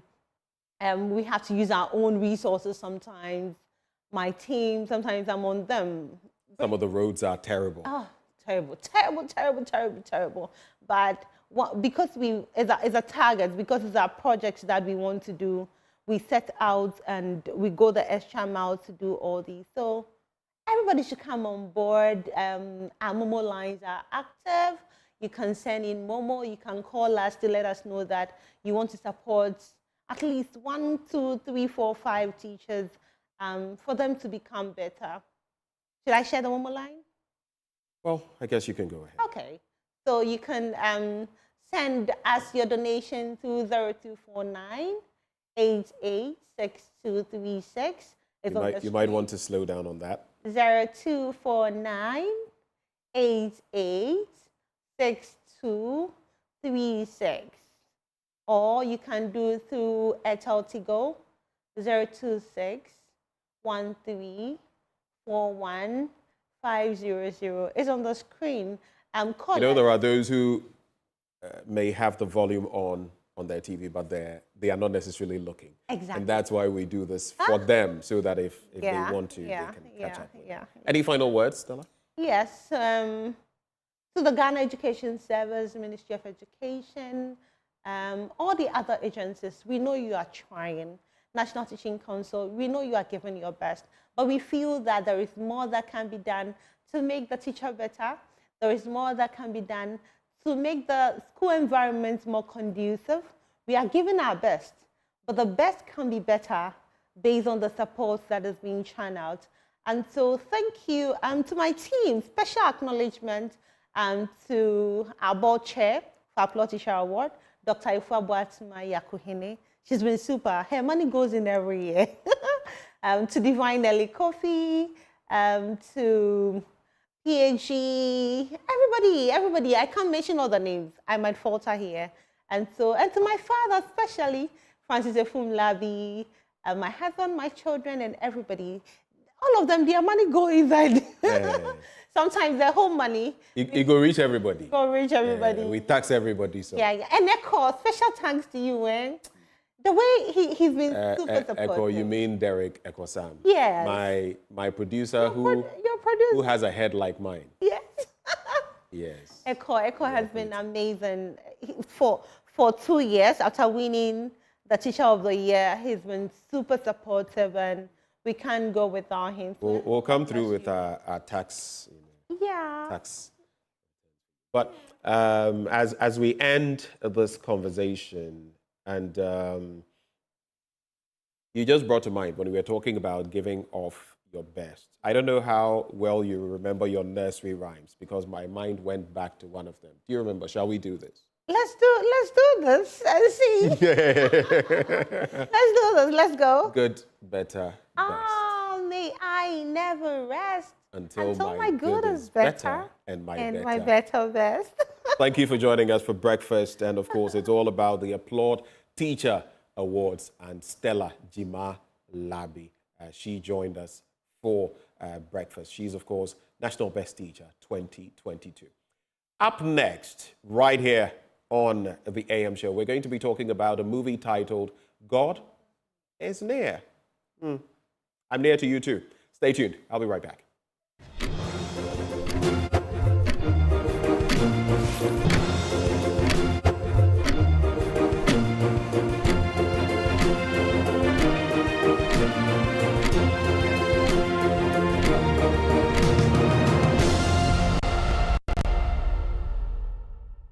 Featuring on Celeb Biz this week is blogger and entrepreneur Zion Felix. I'm not a money spender. Most of my money go into investment. So if I earn $100, if I earn 100 billion, I'm still me.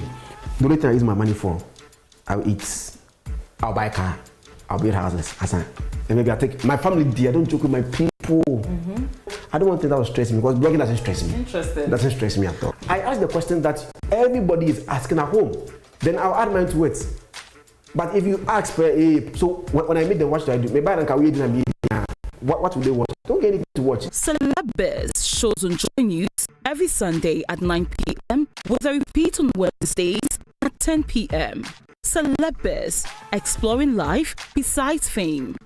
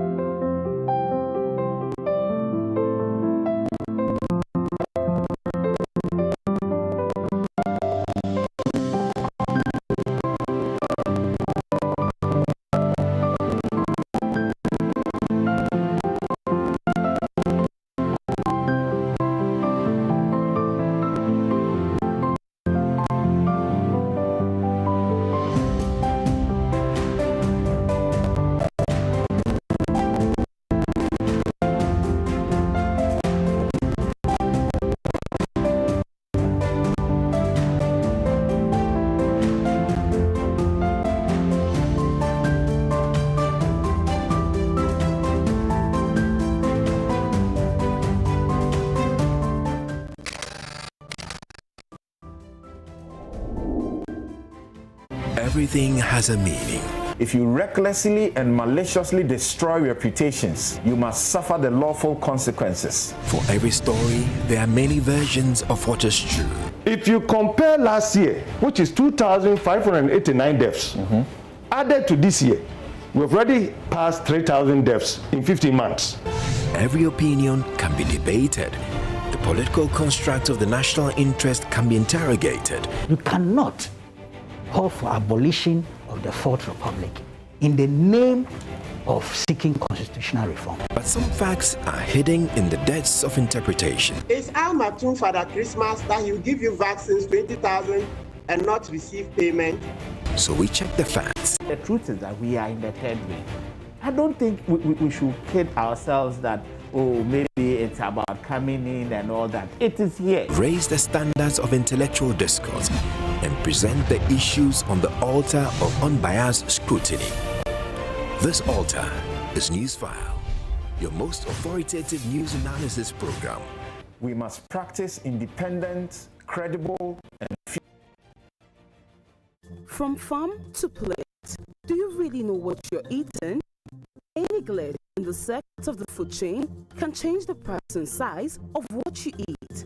Technology has totally changed the face of farming, but how is Ghana plugging in?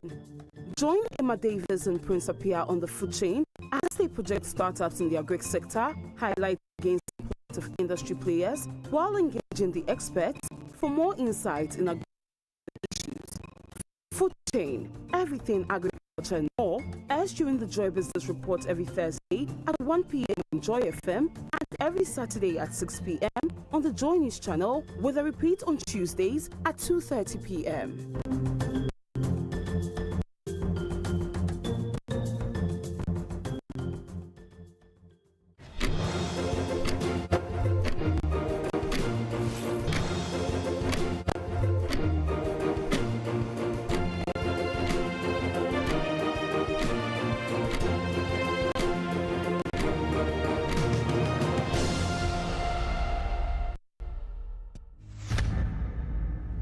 Exorcizamos, omnes immundo spiritus. The One-Fold Film Ministry, under the auspices of the Apostolic Church Ghana. You are dead. I worked on you. Man of Jehovah Elohim, Japan will indulge in such occultism. I think we don't know all your moves. All because what you needed is body parts. The law will deal with you.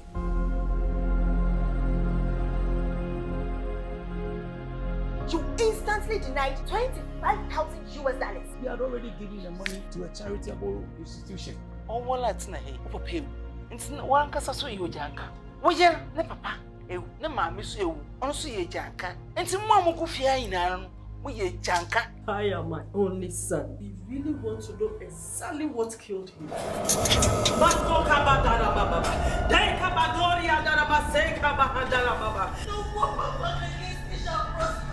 Father, any eye that look at me, kill him before he rise to my position. I will be an IGP in Jesus' name before I die. Give me extra time, please. The freedom that Christ brings, it surmounts and surpasses any kind of freedom you can get from this world. If the sun sets you free, you are free indeed. Please forget about brotherhood. Please, and be careful. I'll give you a last warning today. Will you shut up? Drive him straight to the base to be finished, dead or alive. The police service wants to assure the general public that we are in charge of the investigations to bring culprits and all other persons related to this case to court. God is near. The wicked will be destroyed. Premiering on Sunday, 31st March 2024. Venue, the Apostolic Resource Conference and Retreat Center, Fafraha, Accra. Red carpet starts at 4 p.m. and the show begins at 5 p.m. Entry is free, but your financial support to the ministry will be greatly appreciated. See you there. Well, if you didn't know it, it's a reminder. God is indeed near, especially as today is Good Friday. Welcome back on the AM show. This has got me excited. We're having a conversation now with two people who feature prominently in that movie, the producer, director, and an actress. I'm talking about Sherry Sheila Sapo, who is an actress. She's right here in the studio. And Jonathan Essel, producer, director of God is. What struck me, that person who went to the other person's office and was like, don't get it twisted, I'm the devil. I'm like, hey, brah, The devil is saying. But tell us about what led to this. God is near. It's always, I know there's always a conceptualization and all that. How did it all start, Jonathan? So let me say the whole story came out from me. From you? From me. And I did the writing, that's the screenplay. I'm looking at the contemporary world, what is surrounding us. Realize that Christians go through a lot of challenges. I'm a Christian. There are certain things that you pray to God that instantly you should have a result, and it doesn't come. A lot of people write exams and they feel like, I always go to church, I serve God, I do what pleases God, but I have to pass my exams, and always I write, then there's F. Then a lot of people are going through obstacles, difficulties, but the question is that I'm a Christian. Does it mean God is really far away from me? There's this word that always goes that there's always light at the tunnel. So within it, there's going to be an obstacles, challenges, and all that. But when you wait upon the Lord, you realize that God is always near. He's always closer to you than you ever thought. Because all the difficulties you go through, God is still with you. But it's a faith. It's all about your faith. How best you can keep your faith to say that God is always with you. At the end of the day, whatever you are going through is just a temporary. It's not a permanent. So this whole thing came in mind, and I feel like we Christians are really going through a lot. So coming out with a project like this will also let Christians sit down and know that God is always, always near. And you have quite the cast as well. Yes. Ajite in there. Did I see Clemento Suarez in there? Yes. Oh, wow. How did you manage that? Okay, so this is a ministry. The ministry is One Fold Film Ministry by the Apostolic Church Ghana. Right. And I would say that this is the first film ministry in Ghana. We have other Christian organizations produce movies, but our mandate is as a ministry is to produce authentic and biblical Christian movie. So that is what we are doing from the Apostolic Church Ghana. So this is a non-denominational ministry where within the movie we have various actors from various churches. We have characters from Church of Pentecost, Christ Apostolic Church, we have ICGC, we have Perez, people from different churches coming together. So Ajeta and I... Are there no Catholics in there? We have Praise Be. Because then I may have to start volunteering. the next project we are going to have you on board, because we want to open it up to all Christians to come on board, because a lot of Christians want to be part of such projects. But when you look at our secular movie, where you have to show your nude and all that, people wouldn't love to do that. So this is an opportunity for us to come out with a story, biblical story or theological story to change life, to transform life. As you made mention of the character, Ajete and I was my lecturer at NAFTI. I'm a product from NAFTI. So he taught me, and I know how good is it, the heart for such projects. So I spoke to him, and he agreed to be part of. Well, yes. God bless them for the wonderful work. Yeah. Let me come now to Sherry. She's been quietly observing everything going on. What role do you play in this movie? Okay, I was the pastor's wife, so I played the role of Lady Kumsin. Okay. Yes. Lady Kumsin. And what does Lady Kumsin do in this movie as a pastor's wife? Unlike every typical pastor's wife, you are expected to support your husband in difficult times and in trying times, but I wasn't that patient. That means I didn't fully understand the work of God. But when you watch the whole movie, you see I tend to understand the work of God, as in the end of the movie, I gave my life to Christ. That's the interesting bit. I like the way you say it, gave my life to Christ. Is this your first acting stint? No, actually, I've done other productions with Jonathan Nessel. That's the TV series, The Journey. That was early... late last year. Late last year, sorry. So you're building on that experience. What is it like? I think the only times I've acted, once as a child and then once at the Spanish department of the University of Ghana. So yes, we were speaking Spanish. I was in a play and I was the Duque Octavio, or the Duke Octavio. But I've always found it fascinating. Obiana Nadir. Yeah. How do you find acting? And what do you think this is? What impact do you think this is having? Not just on the Christian community, because it's didactic in nature. What do you think of that? Actually, acting has been my passion since infancy. So I used to act with NAFTI students, that's their final year students. I used to act with them. So I find myself acting at the age of 15 years till now. So it's something I would say it's a talent. So I actually flow with it. My characterization, it has got to do with the directors. Most of the times I discuss with them, know what I'm supposed to do, ask myself what's the character about. Because there are certain roles that are a bit challenging, but you have to put yourself in character and then deliver. So, how challenging was this role for you? So for Mami. You said Lady what? Lady Kumsin. Right. Lady Pastor Kumsin. I was like, hey, director, just come and pray and all, and try to support your husband. I'm not married, so it's quite a new, I would say it's a new environment yes, for you. I find myself in, because I was asking my director, I'm not married, what do you want me to do now? Because you should have given me a different role where I could play as maybe a child, or he says, no, I'm giving you this, I'm challenging you. So I had to put myself into characterization and know what the character is actually about, where she finds herself and why she's behaving the way she is. And it's actually a challenging role, but I had to put myself out there, and it's quite good though, because I've been able to, let me say in a way, minister to other people. Yes, when you watch the movie, I would advise that everyone should at least try and come and watch. It's free too on this Sunday. So when you come, you understand what I'm saying. Well, how fitting would it be on Easter Sunday to be reminded that God is indeed near? But coming back to you, Jonathan, how long did this take? The production, shooting, so the behind the scenes? Yes. So we filmed, that was January. January. Yes. So one of my apostles, who is currently the president of our church, who said that, Jonathan, you are coat of many colors.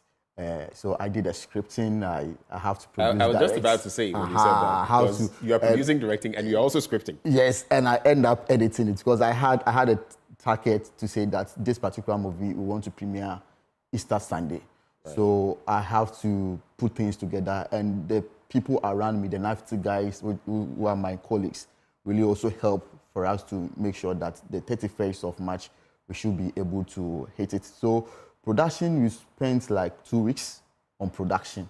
Then for post-production, I think from then up to now, we are still on post-production, putting things together. But for now, we are 100% good to go. You know, the pictures are great, sound is also on point. You know, when you come to watch it, you feel like, wow, this is great.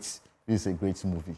Yeah. How are you sponsoring this, and do you need any support? Extra support? So currently, as I made mention, is a ministry from the Apostolic Church Ghana, right? And it's a non-denominational ministry. So the church, but the church is financing it, and our desire is that organizations will come on board, individuals who have, who has been sponsoring other pageant festivals and all that, can come on board for us to do a lot of Christian movie. Basically, it's not really in our system, and we have taken it upon ourselves to produce, short films, to produce Christian movie. We want to come out with cartoons for the children, because looking at movies that come from out to this place, the cartoons world and all that, there are so many things in it. The cartoons we watched are not the cartoons anymore. Yes, it's far from what current generation are watching. So we want to hit into the cartoon world to reach the children. So with the word of animation in order to reach the children from,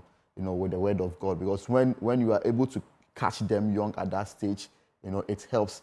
So when they catch them from the other side of the world, then they grow with it. At least they have some ground. Yes. Teach a child the way to grow. When they grow up, they will not depart from it. Just as we conclude the conversation then, what can we expect come Sunday on D-Day? I'll start with you. You must be excited. Another premiere coming up. I'm sure they're going to come there, and people will get to take there'll be photo ops. People will get to stand with you and all of that. What are your expectations? Then I'll take your expectations and we can wrap. Well, I would urge everyone to come for the premiere because it's not just a fun-filled movie, but it has a lot of morals that you can learn from, a humor as well. You would love it because it's really an interesting movie. I've not acted in full-length movies that have a mixture of Christian and a mixture of humor as well. Normally, Christian movies, people say are boring and long and doesn't have any ending, but this you would enjoy it because every scene has its suspense. You would like to know what's happening next, what's going to happen, and you would enjoy it. Before you know it, the movie is done and you'll be like, wow. So I would urge everyone to be there. Well, she's definitely whetting our appetite. For you, Jonathan. Yeah, so because it's a Christian movie, we've had GPCC, which is Ghana Pentecostal and Charismatic Council. We have Bible Society, Challenge Bookshop. There are people who are coming to watch this movie. So that is why we've opened it free. It's free and rate free. We are not taking money as you are entering. We are going to make sure that we're going to serve free popcorn. The whole auditorium is like 5,000 capacity. You're also giving free popcorn? Yes, we are giving free popcorn. No, the auditorium is 5,000 capacity and the screen we have is one of the biggest screen ever in Ghana. So I urge you yourself to come and witness it on 31st of March. So free popcorn, we are doing free photo shoots. Looking at the personnel who will be coming, Ajete himself is coming, Clemento is coming, we have other celebrities who are also coming. So we want to use this also as an opportunity to networking. You don't know whom you are going to meet and what can come out from meeting the person. We have photo shoot, as I made mention. So the movie is premiering at the Resource Center of the Apostolic Church Ghana at Fafraha Adenta. So wherever you are coming from, you just let the mate or the driver know that you are light at Fafraha School Junction. Right. Immediately they alight you, ask of the Resource Center of the Apostolic Church Ghana. Everyone will direct you. But when you are coming, it's a ministry. We want you to come and support or come and sow into the ministry so that we can do more. We wish like every month we will be on set to film so that we will have a lot of Christian content in our TV station. And definitely one worthy of support. And I'll add my voice to that. These are the things that end up shaping society for the better. Sometimes it is what the person has seen in a movie that shapes his or her life. We're grateful for what you're doing. Thank you. And congratulations to you, Sherry and Jonathan. And that's how we cap off this end of the conversation with Sherry Sheila Sapo. She's an actress in God is Near and a scriptwriter, producer, director, editor, Jonathan Essel, also here joining the conversation.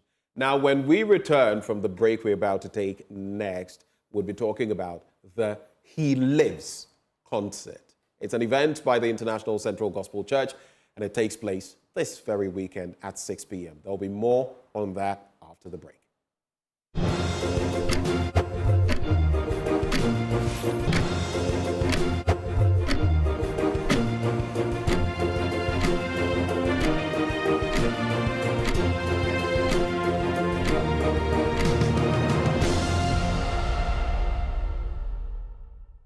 Featuring on Celeb Biz this week is blogger and entrepreneur Zion Felix. I'm not a money spender. Most of my money go into investment. So if I earn $100, if I earn 100 billion, I'm still me. The only thing I use my money for, I'll eat, I'll buy a car, I'll build houses, and maybe I'll take my family there. I don't joke with my people. I don't want things that will stress me because blogging doesn't stress me. Interesting. It doesn't stress me at all. I ask the question that everybody is asking at home. Then I'll add mine to it. But if you ask, so when I meet them, what should I do? What will they watch? Don't get anything to watch. Celeb Biz shows on Joy News every Sunday at 9 p.m. with a repeat on Wednesdays at 10 p.m. Celeb Biz, exploring life besides fame.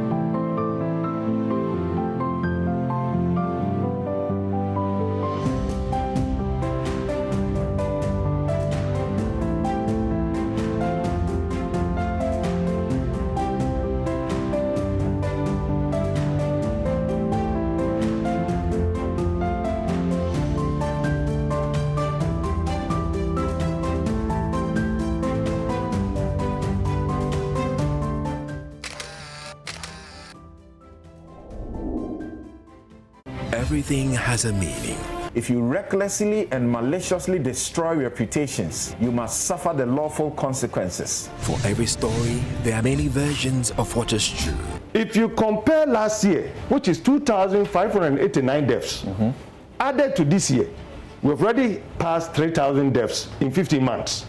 Every opinion can be debated.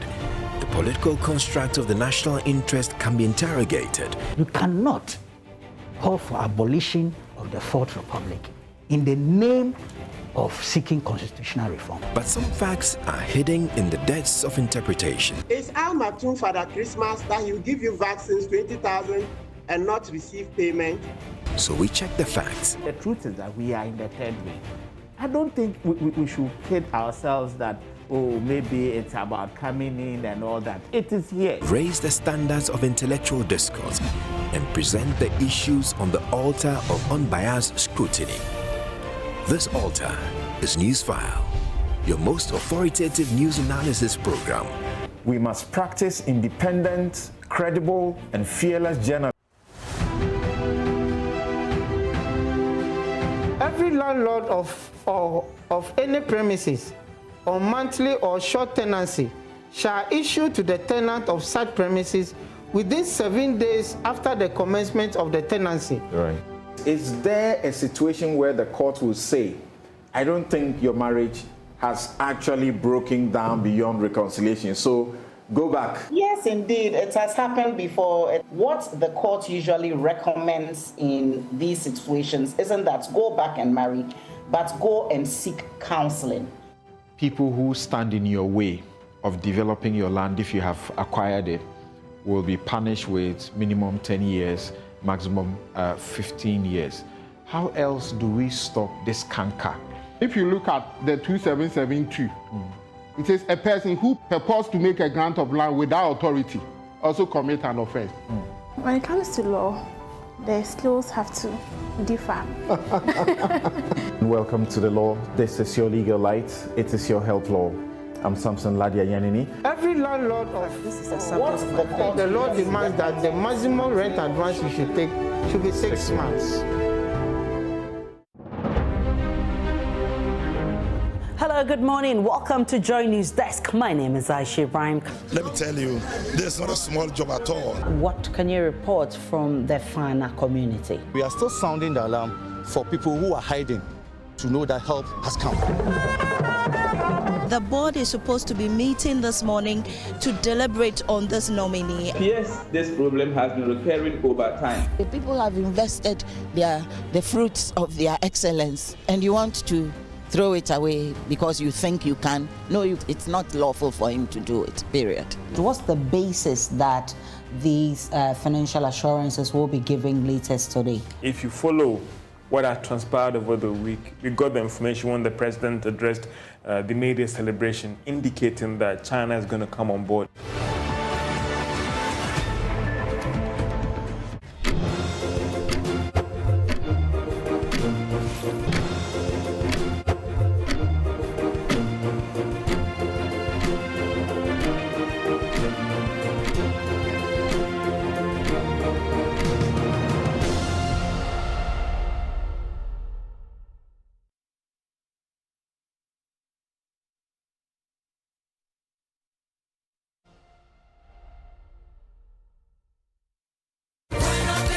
This Easter Sunday, come celebrate Jesus, our risen King, in joyous splendor at the He Lives concert with City Praise. Date, Sunday 31st March 2024. Grab your dancing shoes and join us at 6 p.m. sharp, happening live at ICGC Christ Temple East, ministering Endless Praise. Joe Metal, Akase Brimpong, Dave the Music Box, Bethel Revival Choir, Sandra Houston Kelly, Pastor Ella Sumwa, Pastor Edwin Datson, and City Praise. Get ready for an explosive night of praise and worship. You can't afford to miss this. It's absolutely free. See you there. He Lives concert.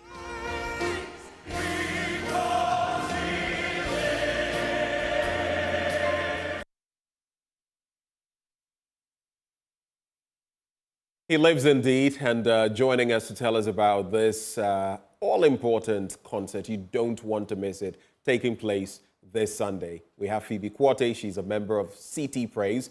There's also Samuel York, member CT Praise, and Samuel Urenchi, member CT Praise. I was just teasing the gentlemen in the studio that they are both Samuel, so I'm hoping for a prophecy, and that both their names, if you would notice, York and Urenchi, start with Y. I'm wondering what the connection is. Welcome aboard, lady and gentlemen. Thank you. So let's talk about this concert. How long have you been running this? I'll start with you, Phoebe. Okay, it's been running for 3 years. So yeah, it's an annual concert. It's a sort of celebration of the finished work of Jesus Christ.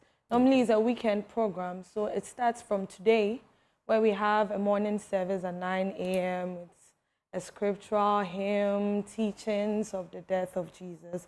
And then Sunday, which focuses on the resurrection of Jesus. That happens 7 a.m. We have 2 services, so 7 and then 10 a.m. And then we would crown it with He Lives concert at 6 p.m. today. After all the other spiritual activities. Yes. This is also spiritual, but come and let's jump, ginger our bodies. Celebrate. Something like that. Yes. I know I'll be see the way I'm looking at you. I know I'll see you bouncing on the floor. Oh yeah, more than a tough. But let me come to the 2 Samuels now. I mean, 3 years running. It must be. I'll start with you, Samuel York, right? Samuel York, yeah. Okay. It must be pretty interesting. How have you gone about it? With each installment, I'm sure it has got better. Yeah. Tell us about the past and what we can expect. Okay. So from the past, as usual with ICGC, we start with intense rehearsals with the City Praise. It's the same thing last 2 years as we started. And then last year, when we did, that's our album land, the City Praise land, their album, the Encounter album. And this year, it's going to be a spectacular, different from other, because it's packed up with other renowned gospel artists we all know.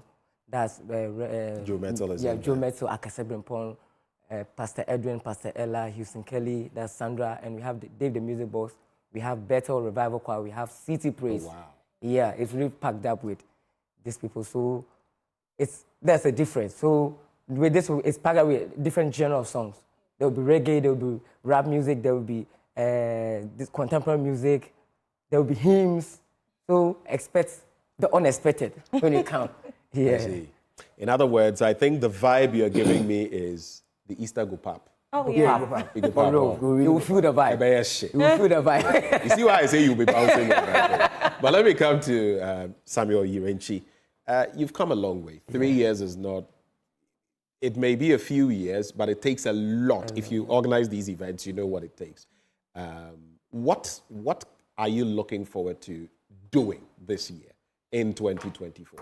He started talking about it, but from your standpoint, what can we expect? Yes, the difference of this program is that, as he said, we have all genres of music. So wherever you are, when you come in, you will fit in, because we have songs for everybody. We have the genre for the young ones, the older ones, anything. And the music too flows like that. We have the Jama type, so we'll get the people with the Jama type. We have the reggae type of it. So it's a program filled with so many things. Let's talk about youth involvement. And that's where nowadays the focus is. I guess every generation comes with its own youthful wahala. Phoebe, how much are you targeting the youth in all of this, in spreading the message of Christ? I think the focus has actually been on them, because even with what we are going to wear, how we are going to communicate, how we are going to even sing, the target is for the youth. We want to imbibe them in everything that we do. And it's not going to be a boring concert. It's not going to be a concert that doesn't have them in mind. We are going to make sure that all our songs are actually drawn towards the youth, aside the hymns and the rest. Most of them, they'll have a good time. That's all I'm trying to say. And it's free. Yeah. So it's going to be audacious, it's going to be exciting, Yeah. the place go pop. And it's free. I think that one is interesting, because how many people are you hoping to seat on the day? 5,000. Actually, our seating capacity is 5,000, but we expect more than that.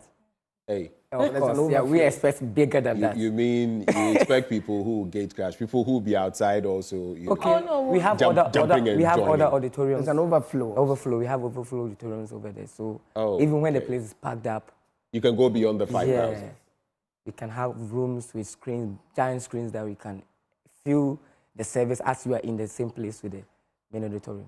So who's invited? Can anyone? Everybody's invited. The old, the mid people, and the young, and even the children. So come with expectation. Everybody. I teach Sunday school. Have you seen the children dance before? They can come. Charlie, their dances are. And you see, they don't care. They don't care. Of course. So they do whatever. As the spirit moves. As the spirit moves. I see. So give us some more details. It's coming off this Sunday, the 31st. 6 p.m. Remind us of the time, which of your temples, and all of that. Please give us the details. It's Christ Temple, East Teshi, Bush Road, and the time is 6. All you need to do is come with your dancing shoe. You can even come with a spare shoe if what we wear there would disturb you. So that when we zoom into the dancing, you could change and dance. Okay, so I have to ask this. How about those of us who have 2 left feet? In other words, we are very gifted in other ways. But dancing now. A friend of mine always tells me, Ben, you are so gifted in so many ways. But you don't have everything. My foible is dancing. Charlie. So for someone like me, what do I do? I can just come and enjoy the music. If you are incapacitated, you are sitting whatsoever your element may be, you can just move your body. You can use your head to just move around, vibe with the song. Or you can do what the old vandals. I'm an old vandal. Okay. We can just chuck it in then. Yeah. Of course. And one thing, when you are coming, you don't have to come alone. Come with friends, come with loved ones, come with anybody you want to come with. But most importantly, you need to come very early. Yeah. Okay. Fair advice. Come early. Come early. Okay. All right. It's going to be a party after party. And it's the He Lives concert, and it's coming off this 31st day of March. You don't want to miss any bit of it. The auditorium can seat many thousands, so don't worry about the numbers. The only warning, come early. And yes, our traffic, what you say. And the fuel prices now, so you want to come early so that you get a parking slot.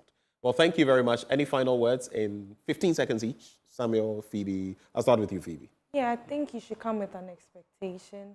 It's going to be a night of excitement, celebrating the victory that Jesus has won for us. So come with expectation, with joy, with gladness, and just come and enjoy the presence of the Lord. Expect nothing but an excellent ministration from the various gospel artists and the musical groups. You'll be ministering with your feet, Abi. Sorry, you're cheap. Unfortunately, people should come early. That's all right. right. They should come early. Because when you don't come early, you won't get a better place to say. Thank you, Sam, Phoebe, and Sam. Thank you. And we'll see. We check like 2 events where people are saying we should attend. You know, the one we did versus this one. So we'll see how it goes. Okay. And we wish you the very best. That is all about the He Lives concert. And we'll be right back as we wind down on the AM show and get ready for Joy News Desk. Stay with us.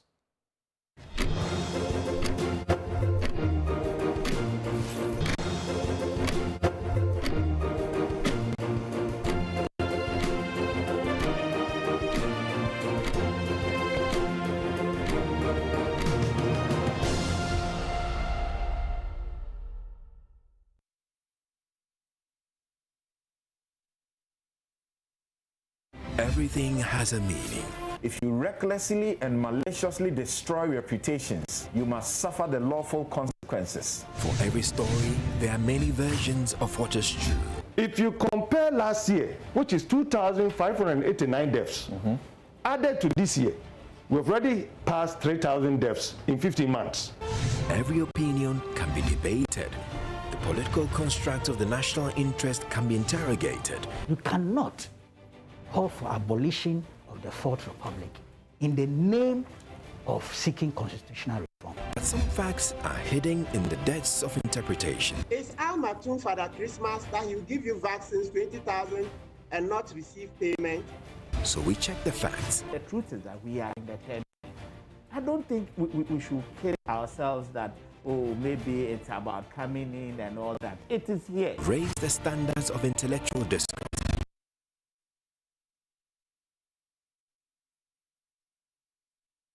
Altar is Newsfile, your most authoritative news analysis program. We must practice independent, credible, and fearless journalism. Newsfile with Samson Ladia Yenine.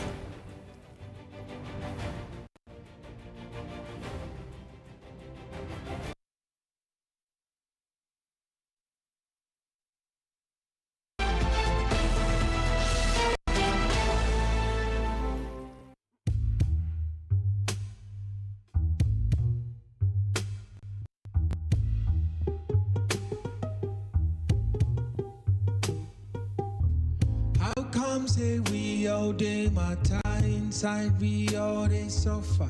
Something they cause me, they cause you, they cause your son and daughter. Where we all feel come together and try to sort each other. Then you go turn around and sell out just because of dollar. Man, just they think how fast he go fetch up something today. Well, if you're enjoying that in the background, we'll let you enjoy the rest. Mensa, Eyes But No Eyes. I think this is a fantastic song that is not getting too much airplay. We've done it here a lot of times. Listen to what he says. Them get eyes, but them know they see. Them get heart, but them know they feel. Them get mind, but them know they think. And I always say it reflects our misleadership in this country. But anyway, it's been good serving you, coming your way this morning. My name is Benjamin Akakpo. I'm always here to serve. Let's catch up again, same time next week, from Tuesday where I'm concerned. But up next, Joy News Desk with Aisha Ibrahim. You want to stay for that. Enjoy. But them know they see, them get hot, but them know they feel. Some do they get mind, but them know they think. That be why we out there inside the boat where we they sink. Myopia, they know they see nothing. Ice cold heart, they know they feel nothing. Bad minds, all they know they think about you. That be why we all day inside the boats where we they sink. I say myopia, they know they see nothing. Ice cold heart, they know they feel nothing. Bad minds, all they know they think about you. That be why we all day inside the boat where we they sink.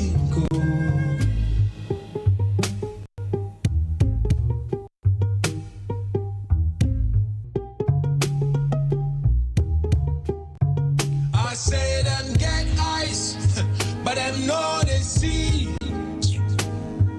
Them get hot, but them know they feel. Some too they get mind, but them know they think. That be why we all day inside the boat where we they sink. I say them get ice, but them know they see. Them get hot, but them know they feel. Some too they get mind, but them know they think. That be why we all day inside the boats where we they sink.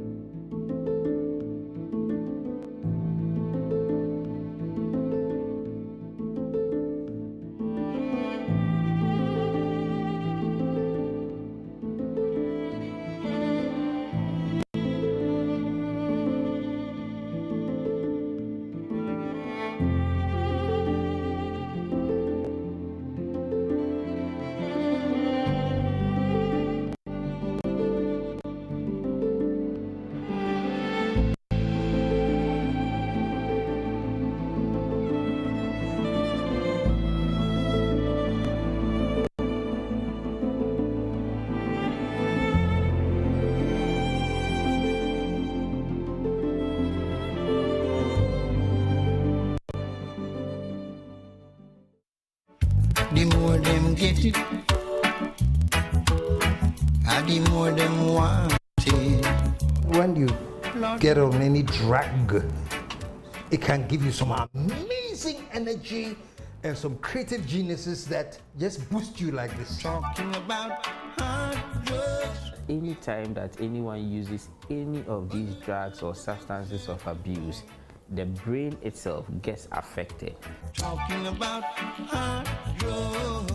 Creatives, their brain never rests. They are inquisitive. They want to unfold or uncover, release things that somebody will be like, wow, how did he get to that frequency? And when they stand on stage, they mesmerize us. Talking about hard drugs.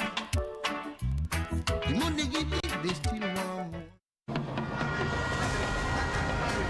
The race for the Flagstaff House is beginning. Ghana is at a crossroads. It is time again for the people to choose, and the world is watching. We will do this because in a nation where every vote counts, where every voice matters, there's one name you can trust for your election coverage: JoyNews, your election headquarters. Our team of seasoned journalists will bring you up-to-the-minute updates, unbiased analysis, and the stories behind the headlines. The election headquarters for an informed electorate. JoyNews, independent, fearless, and credible.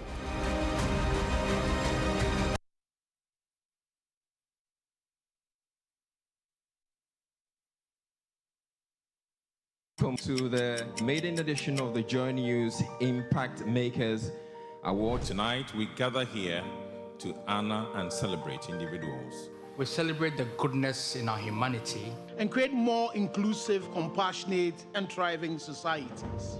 The overall winner, Isaac Ajoato.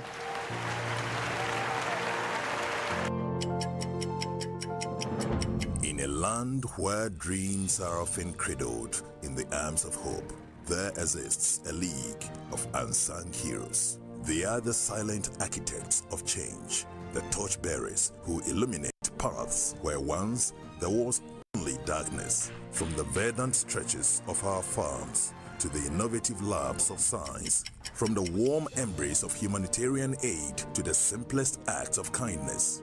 These are the change makers who sculpt the future of our nation, stitch by stitch. Unknown to them, their acts of selflessness have resonated across the land, stirring the hearts of many and sparking a movement of recognition and celebration. It's that time of the year again. JoyNews proudly presents the Impact Makers Awards 2024. Join us in our quest to spot and honor those steadfast warriors who are remolding the destiny of our communities and our nation.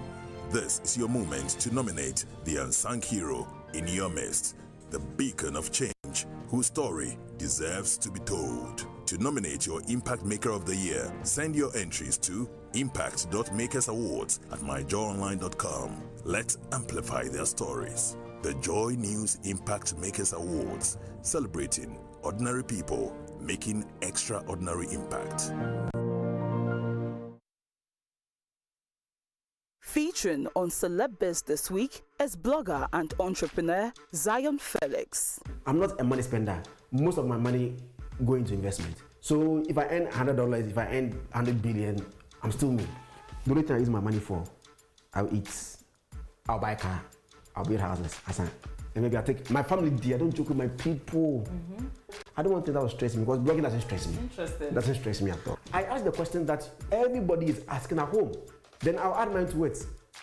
But if you ask, so when I meet them, what should I do? Maybe I don't what will they watch? Don't get anything to watch. Celeb shows on JoyNews every Sunday at 9 p.m. with a repeat on Wednesdays at 10 p.m. Celeb exploring life besides fame.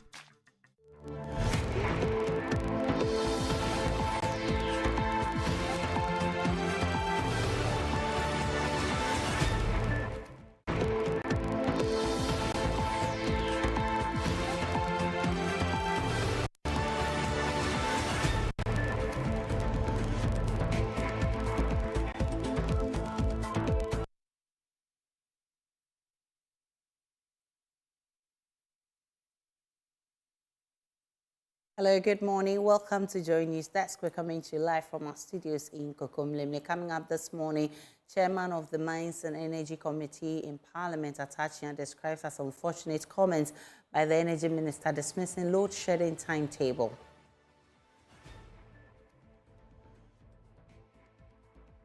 There is more as the ECG Workers Public Utilities Union take on the PRC, accusing them of unfair treatment.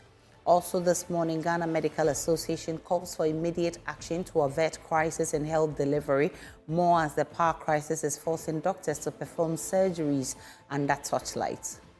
Equipment need power, and critical equipment, for example, ventilators, even laboratory equipment, require power to function. Beyond this, there is also the drive. And the Ghana AIDS Commission cautions the public against unsafe sex practices during the Easter festivities. We'll tell you more. Plus a conversation on the significance of Easter. My name is Aisha Ibrahim. Do stay for details.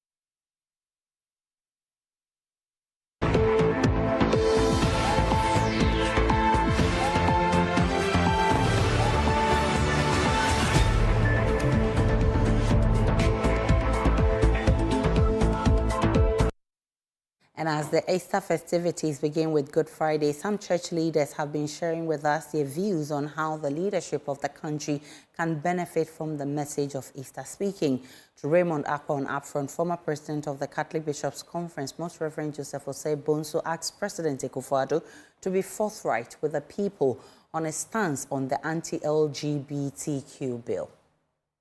We are living in very difficult times. Situations are very hard. Life is becoming extremely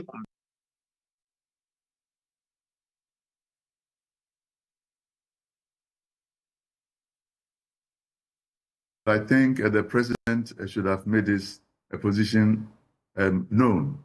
You know, when he came to Mampong about 2 years ago, and he made a declaration there, and I was there, and he said it won't happen in his tenure that LGBTQ will be accepted in Ghana. He said, I repeat, and so on. Now he seems to be sitting on the fence. So we want him to come out.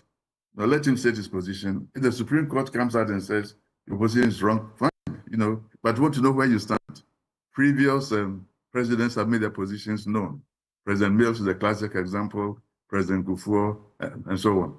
But with him, we don't quite know where he stands. So that's the problem. On his part, former General Secretary of the Charismatic and Pentecostal Council, Reverend S.N. Mensah, asked President Akufo-Addo to think about his legacy and give hope to the suffering masses. We are living in very difficult times. Situations are very hard. Life is becoming extremely unbearable for the people, from the ordinary man and woman on the street to businessmen and what have you. Their businesses are collapsing. Mr. President, think about your legacy. How would you be remembered? About the lives you have improved. Leadership is about improving the lives of people. And for Easter is a message, like Dr. said, a message of hope, and also a message of sacrifice. In this difficult moment, the president must give hope to the people of this nation. He must practice and show an example that is feeling for the people. Possibly, he can reduce the number of his ministers on board, and then that will send a clear signal to maintain a minimum expenditure, to probably give a sign that, listen, I'm listening to you, I'm feeling your pain, and I will be able to do something about it. Well, a former General Secretary of the Christian Council, Reverend Dr. Kwabena Opunefrimpong, asked leaders of the country to learn from Christ and refrain from arrogance in their public utterances. Right. Now, as we celebrate, we must also reflect on our own sacrifices and services.